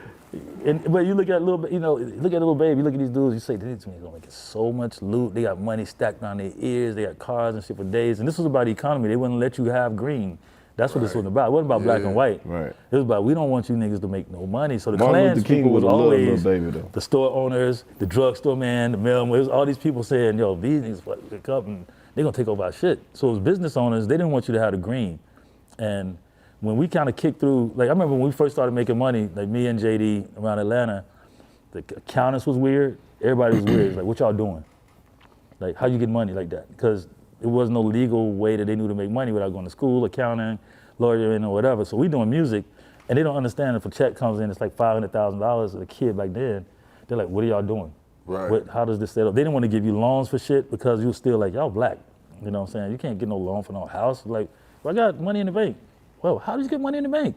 How does royalties work? What is that? How does that? So we educated the city. You had to teach like, these niggas how You to had to teach account. the accountants how to, yeah. Nigga, you the count. I would be so, nigga, if you don't get to count, got me in here counting my shit, man. Man, that is some Frank Lucas ass shit. You said you had to teach the accountants how to count. Yeah, because nobody knew about royalties, and then you young black kids got checks coming in with money. And like, shit work every 6 $500,000. months. So like sometimes run out of money, and then 6 months go by, they don't see no money come in, and then it's another period where royalties come in again. So they just didn't understand how that worked, and when they figured it out, they was like, shit. We got a gold mine going here because it's reoccurring, you know, it's a reoccurring cycle. The artist that's out now, and the artist that's going to be out 3 years from now, still out here right now, coming up, you know. Right. So it's always going to be this cycle around Atlanta that just keeps doing that. Man, this man on political, philosophical, geographical. You understand what I'm saying? Historical. Man, I don't know, I'm missing something. Spiritual. Thank you. I'm still missing some more. But bro, this dude got hits on you the reason every letter in the alphabet, literally. Yeah, that tripped me out. I didn't know. I didn't really know. I was just doing I had to do something one day, and it was like, well, go to your Wikipedia and look at the songs and list them out for us. And I'm like, damn, you got to click in the A. But we were doing album projects too, so it was like I was doing so many songs, man. So yeah, you got to click on the A and go to the A songs, and B go to B songs, and C go to C songs. And I forgot. I did so many records, bro, for real, because when you're doing them every day like that for so many years, like even when D Nice was playing the other night, that's why I was tripping. I was in there in tears because I'm like, oh shit, where did he get this from? You forgot your shit? Oh, all the time, bro. I'll be listening sometime on the radio and I'm like, did I do this song? And then I Shazam it or something. I'm like, I did do this song. Hold on, hey. Bigfoot ass. over there eating snacks. Yeah, man. But I listen to songs come on the radio now. Not have to say, did I do that, or Shazam it, or something deeper it. You had to hit Shazam and be like, oh yeah, that is. When I got deeper, if I got deeper, you gotta get deeper because it's better than Shazam because you get to go and see who really did shit. So like, like plenty of times I'm gonna sit there and go, did I do this song or did I not do this song? Like, oh yeah, that's Macy Gray. I did do that song. Man, you done did so many songs, you don't even know the songs that you done did. You ever heard the shit and been like, man, this ain't me? Yeah. And then you looked and you was like, damn, this was me. Yeah, I did a whole Macy Gray album, but that I didn't know it was me until I was like, because some of them sound the same, you know, like when you work with artists, you're like, I know I worked with Macy Gray, but was it and this then you had record? to be like, and then I was just like, oh those yeah. Those are my symbols, nigga, I told you. I know my goddamn symbols. Yeah, man. So yeah, I've been blessed, so I'm, you know. Now it's about me helping out everybody else to get to that point, man. You know, you're not a king when you just got your own. You're supposed to have your own stuff as a man. You're supposed to be like, all right, that's my house, that's my this, that's my that. I take care of my mom. But like when you do that for other people and you got a whole bunch of people with that going on, then that's when you did something. Like when you're responsible for everybody else's houses and everybody else's cars and everybody else's kids going to school. Hell yeah, that's what I said, man. You brought at least 300 motherfuckers with at least. Oh yeah. So about this little Maybach shit they be doing in your yard, man. when they doing another one of them? Yeah. When do they come out? Because they don't send me no email or nothing. They just use it for like the show, you know. It's after this. I mean, I just hope by the summertime maybe everybody got things back under control. I think it's gonna be next summer, but at least we're on the right track to like going. I don't know what happened in Atlanta though. I don't get it because I don't think Atlanta was shut down. You look at compounds, 1,000 niggas on top of each other. It's like, so I don't know if it's herd immunity. I don't go up around them different type of motherfuckers, it just ain't enough that shit to go around. I heard I ain't got it. I heard they ain't going there either. That's the herd. What you heard? You better listen to yourself. I heard that shit's still out here. Shit, I get my man. I try to stay separated. You going for your vaccine? Huh? What y'all think about the vaccine? I've been taking it this whole time. That's what this is. This some of that good old vaccine. Mm-hmm. Oh, I don't know. I don't know about that shit just yet. I don't want to say yes or no. Shit. I would just stay safe. Wait, stay at the crib. I need to know what's in it. What's the ingredients? For real. I'm allergic. I'm allergic to a bunch of shit, man. I heard Patron kill that shit off though, so I be drinking that every day. Patron? Patron, get it up off you? Yeah. Let me see the lighter, Della. The Corona can't hang with the liquor, the weed, like a rock star lifestyle. Yeah, that Corona ain't tough. that shit gonna be done. That shit gonna leave on the next sneeze. Yeah, we can hope. They doing too much. You Chapo, this your weed? Chap. Yeah. This Chapo weed is your weed? This is my weed. Oh shit. Yeah, Chapo. This shit smoking like tree. Exactly. I'm used to smoking switches. I smoke a joint, I get high as hell. I get sitting at the green light high. Well, I just be sitting. Yeah, there's some of that. Well, shit, man. What more can you say, man? Dallas Austin, in the trap, 85 Trap Show.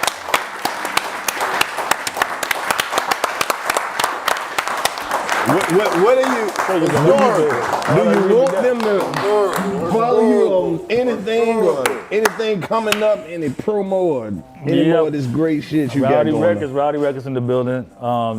Johnny Apollo, E Chapo, Deuce Mino. We got a whole squad. Trip the Hit Major. Oh yeah. You see this? Oh yeah. That's Popular Demand. That's our new record that's out right now. Go check the record, download Chap Record, and if you're around town, you know, you might want to get one of these trays. It's just nice trays coming in that bag. That's all. Some nice trays, you know. Nice music. We got the whole setup. You got the whole setup. Rowdy Putting it to Gang on use there, right bro. now. But yeah, we dropping records. Everybody check out, go to Spotify, look at the Rowdy Records playlist. We've been dropping records all year. We're gonna drop a lot more this year. It's just, you know, we're trying to get moving, man. In the time where it's the pandemic, it's a little harder, but. Yeah, we need a VX and a Z so you can have a song for every letter now. A VX and a Z. A VX and Z. I got work to do. I'm going through the crib. Yeah. Boy, he I'm gonna still knock missing them 3 out of those. tonight. Yeah, I gotta go back. Now I got something. I gotta go like focus on this, bro. Raptor. Yeah, it's me, Pink. CL from CL Smooth. Exactly. Oh, shit. What we got? We got what they done set up? Mike. What is this? That's just for the background. Oh, okay. Hey Dallas, anytime you want to come through here and kick it and bless the game, this is only 1/99th of all the shit he has done. Anytime you need to come through and put us back up, man. I always I come know you back, got more y'all. stories too. Oh, I got tons of more I know stories, you got bro. more, and you probably left out some parts too. That's what I was thinking with when I was listening to D Nice the other day. Charlotte called me. She said, "Damn, they didn't even play this. They didn't even play that. They didn't even play this. They didn't even play that. They didn't even play this." Because it was just a trip to see how many records he played. That was like, you know, either album records or records I did on somebody that he just dug in the crates for it. So now I got to go add some more songs to the alphabet. You know, I can't be slacking over here. Like 308. You might as well. I'm like Tiger Woods. Y'all watch the Tiger Woods documentary? The end of it? That made you I would have really never feel came out and said nothing about my hoes. I would have never came out and said none of that, but the victory story in that guy, I think he's gonna get to the 19. I think he's gonna get to that Jack Nicklaus now that This motherfucker broke amazing. his foot and kept playing. he broke his back 3 times.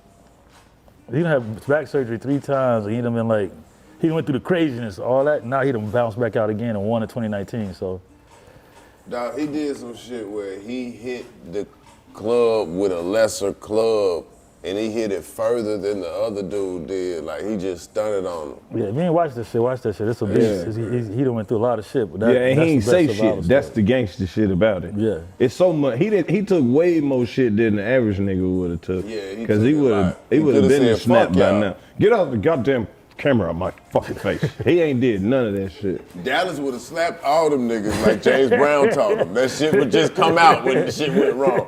Fap, fap, fap. With a silk shirt on. One button, just that little bottom button. Dallas, tell us, get that. Spring some glitter on him. It's just how we live. I got them outfits at the crib too. If you want to try that on one day, I got the like the Sex Machine outfit, like with the hole in it right here, the whole. What? James Brown? Yeah, I got a lot of this clothes and shit. Nigga, stop telling people shit like this, nigga. Your house is a national treasure. Yeah. Wait a minute. Don't tell nobody where you live. It's gonna be some groupie bitch trying to wear the shit out. I brought it. I brought this shit when I came in here. But bro, do you understand if I had some shit like that, it don't just sit in the shit be closet. I'm funny gonna wait as till hell. I got company. I'm coming downstairs. Man, what the fuck you got on? Nigga, this the original James living in America. Who wants breakfast? Man, it's 2 in the afternoon. I didn't ask you what time it was. This nigga came downstairs, I bullshit you not, with a James Brown jumpsuit and some wrestling boots. Oh shit. That shit crazy. You got, well, hey man, New Face, he got you, bro, probably. He probably got you, dog. New Face, what you bring, man? Look, you know New Face, of course. New Face got all of He got all the shit. He another one. Flip Mode Squad logo. Oh yeah. He probably got your demo tape. That's Rowdy Records. You recognize that? Damn. All another one of your artists. You Damn. got Miss Thing autographed by yourself and Monica as well already. Rowdy Records. And over 5 million sold. Damn. Dude. Dude. Warfield did the artwork. So He sure did. But then we got their first album. Damn. It's awesome all through that, so, Shit. You know, I'm just, like you said. Looking at cassettes like you ain't seen a cassette. I ever. know, man. Damn. I told you, watch out. New Face shit be having little shit in there. An old ecstasy pill fall out that bitch. A Mitsubishi will fall off in your lap. New Face, what is that, man? Don't look. Hey, okay? give it back. Hey. Hey. Close it out. Damn, this is crazy. This is a trip. I heard Jamal, he was taking a car, Tupac car. Oh, these little niggas was the baddest niggas ever in life. I quit the music business out there for a while. That shit was crazy. They made you quit the music business? These little niggas, for one, they were like 12, 11, 13, and like, they left out Trick Me. She told me, she's like, yo, I got the baddest little rap group you ever seen. When she brought them niggas around, it was like Lil Red Man and Lil Tretch, right? And they were like finishing each other's sentences, and they were like, you know, yeah. So I'm like, damn, these little dudes are cool. So left, I was like, I gotta go on tour, I'll be back. She brought them to me and literally left the next day, right? I did not know these little niggas were like little tyrants like that, bro. First thing they did is start stealing the engineers' cars. They would put pillows on the pillow because it was too little, so they would put a pillow in the seat, steal the engineer's car, right? Then, the first time they brought it back, they told the police that their mom was drunk or some shit, and they took the car to go help her out. Anyway, they got the police to bring them, escort them back to dark. Well, then they made it back to the studio, but on the studio, you have to go down the side like this to park in the back. They scraped this car up the whole fucking way down the back, right? All right, so then, one day I get a call, do you have a son named Lamorce Edwards? I'm like, no. Like, this is the Clayton County Police. We got your son down here. I was like, I don't have a son. Like, well, what about Malik? Tell him it's Malik, tell him it's Malik. I hear him in the background. What did he do? Well, we found him in a stolen Cherokee, and he crashed into a house on Riverdale Road. Through somebody's living room, he had a pistol in the car and weed. I'm like, okay, so they were constantly doing shit like this, and then check this shit out. I sent them on a promo tour, right? The kids were great. They were like, you know, everybody was like loving them because they were just bad as hell. They cussed like a motherfucker. They write their own raps. They like just the ultimate little two kids, right? I take them, they're supposed to go on a promo tour, and we start this $500,000 promo tour, $500,000 promo tour. They go to LA the first stop and never left. They got to the first stop and got with Snoop and Dre and Suge, right? The ghost like, God damn it! They got with Suge and then Snoop and Dre. And of course, Dre and Snoop was hot as hell, so it's like they wanted to be up under Dre and Snoop. And then, so they stayed there. And the BMG was like, they're supposed to be in Seattle tomorrow. They're telling the people, we can hit you in the head with a hammer, you try to make us leave, y'all. And so the lady's like, they threatened to hit me in the head with a hammer. I can't be on this tour no more with them. So I'm like, shit. Well, now they really staying out there. Now it's been like 2-3 weeks. Now Clive Davis like, Dallas, you gotta go get him. I gotta go get him? From Death Row? I'm not going to get them. He's like, Dallas, they're stars, you have to go get them. So I'm like, all right, so yeah, I am going to Death Row, and I get off the elevator, right? And plus, when I get off the elevator there, it's just death rows, big niggas everywhere. Ain't no furniture nowhere. Ain't no furniture in there. Furniture, big niggas sitting on big niggas. Big niggas. Ain't no furniture. They like, I'm like, whatever they doing in here, they ain't fucking around. There's a fold-out table, fold-out chair, and a red Death Row big rug. And so I'm like, you know, so I go in there, go to talk to Suge. Suge's like, man, you know, we should do these gigs together, man. You know what I'm saying? Artists ain't loyal. You know how that is, Dallas. They got out here, they got around Dre and Snoop. Now they want to be on Death Row. So why we just do Death Row Rowdy? was like, why don't you just keep them little motherfuckers? Like, just give me a check for what I spent on them and you just have them, because this ain't gonna get it, you know? And then he said, all right, man, well, you know, we'll work something out, you know, that's what you know, they're in good hands, you know? Like, I'm like, yeah, you know, I just gotta get out of here, safe. And so then I see the kids, they come in, they all like, yo, man, it ain't me, it's him, it ain't me, it's him, man. So I'm like, all right, I'm going back to Atlanta, I'll catch y'all later on, right? By the time I get back to Atlanta, right, Malik show up a few days later. And he's like, yo, man, you know, I can't be fucking with this nigga out there. Like, fuck that, man, I wanna be solo. I'm like, you wanna be solo? Like, they started the solo shit on early. I'm like, you can't, let's finish the group first, whatever.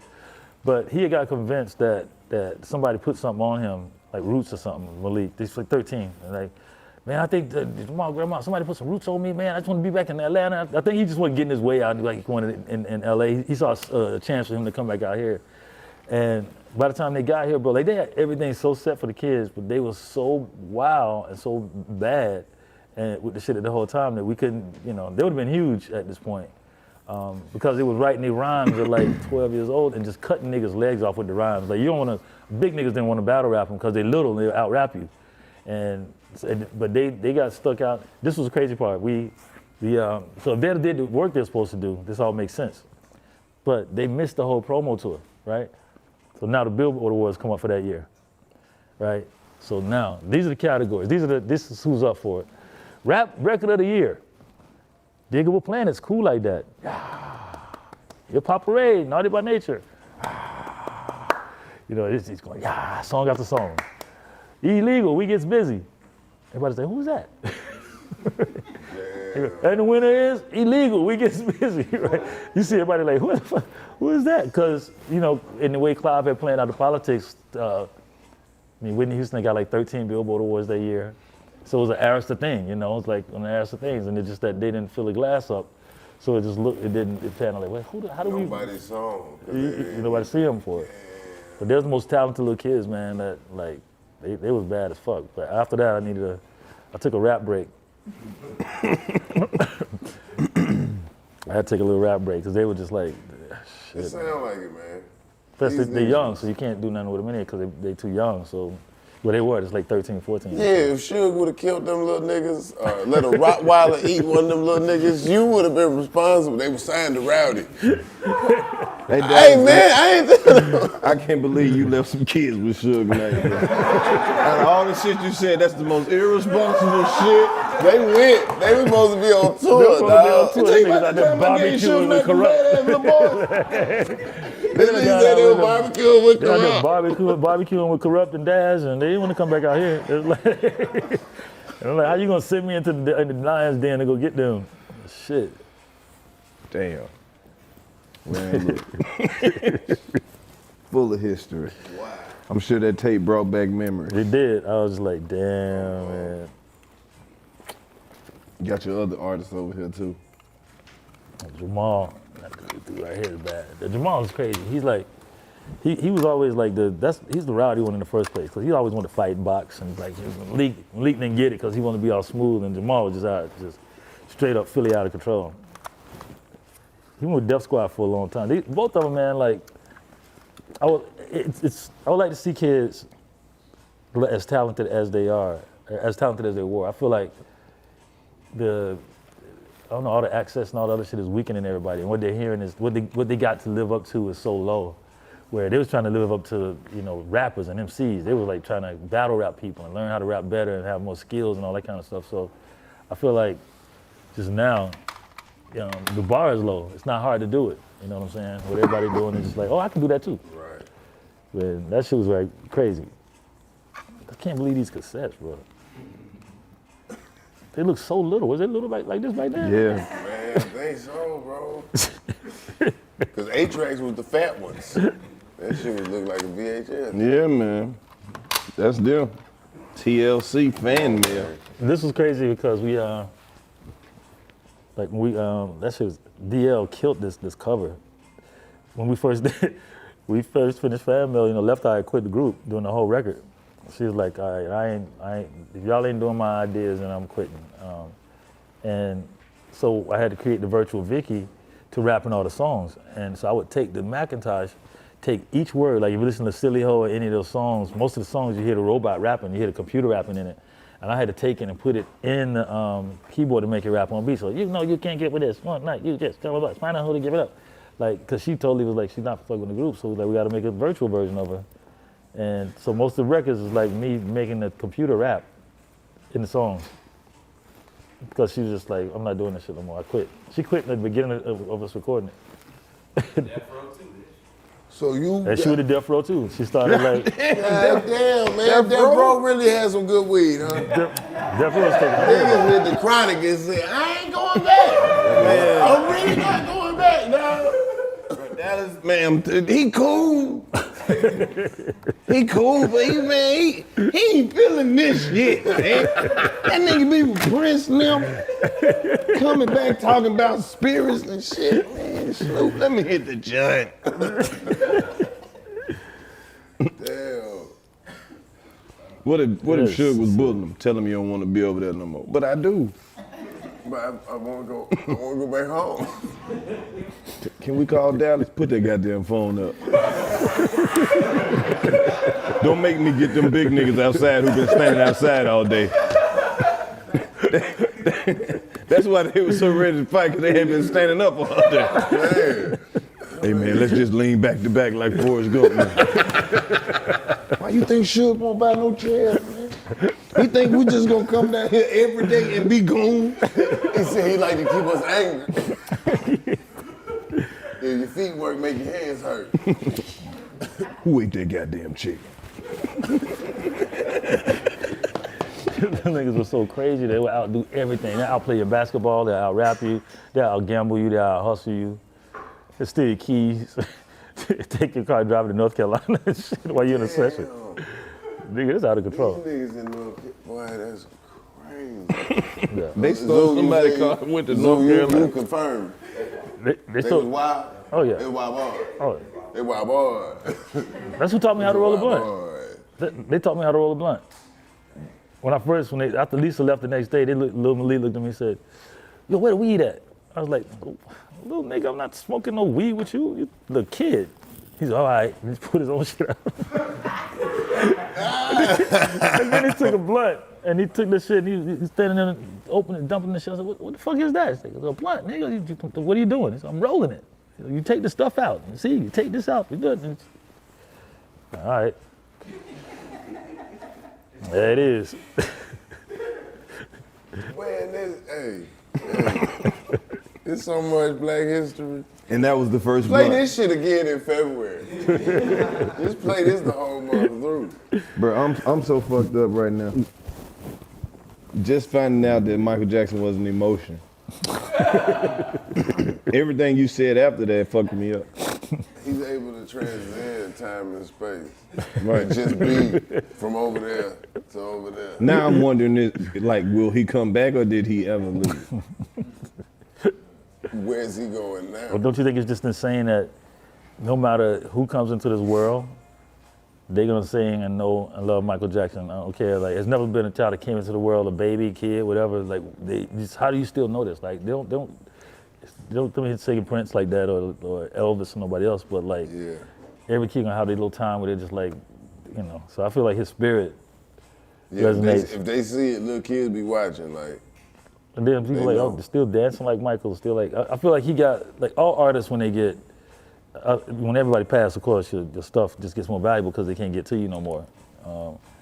But I feel like him as an artist, period, just resonates in a way and seeing nobody really do like that. It's crazy. Bruh. I've seen Mickey Mouse, people like characters do it, but you haven't really seen a person that resonates like their whole life, like they just stayed one person their whole life. like Now I other gotta countries go too. home Yeah. and watch some Michael Jackson shit just to be like, there you go. You saw it. You saw it. You saw it. No, Dallas said this nigga can go. That was the word, right? Bruh. I want to just title this shit Michael Jordan should just make his own Nikes. Michael Jordan gonna get this shit and he might have to come on here and then He can tell us why. Michael Jordan? Yeah. He gonna charge us $250,000. To come on, he ain't gotta come. Who money? I gotta put something in? No, I'm not putting nothing in for that. I tell you that. MJ, yeah, I watch you on the game. You see, they talk about MJ on the Tiger Woods. It was like he started hanging with MJ and Charles Barkley. He said he Start ain't know getting what cool. to say. He said, what do I tell the women? And Michael Jordan was like, tell them you Tiger Woods. Stupid. That's the party that left out. Right? You big dummy. You talking to that nigga like Fred Sanford. Big dummy, go over there and get you some pussy. What is you doing over there? Watch a pro. Hey, Michael Jordan.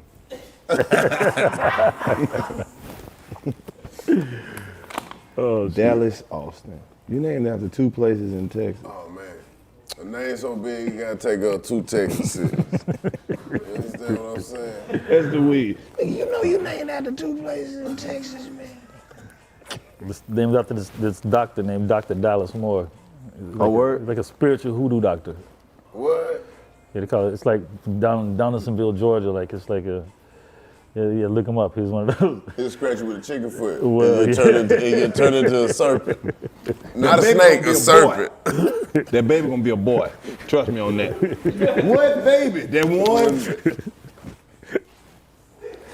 These those powder in your face. Okay.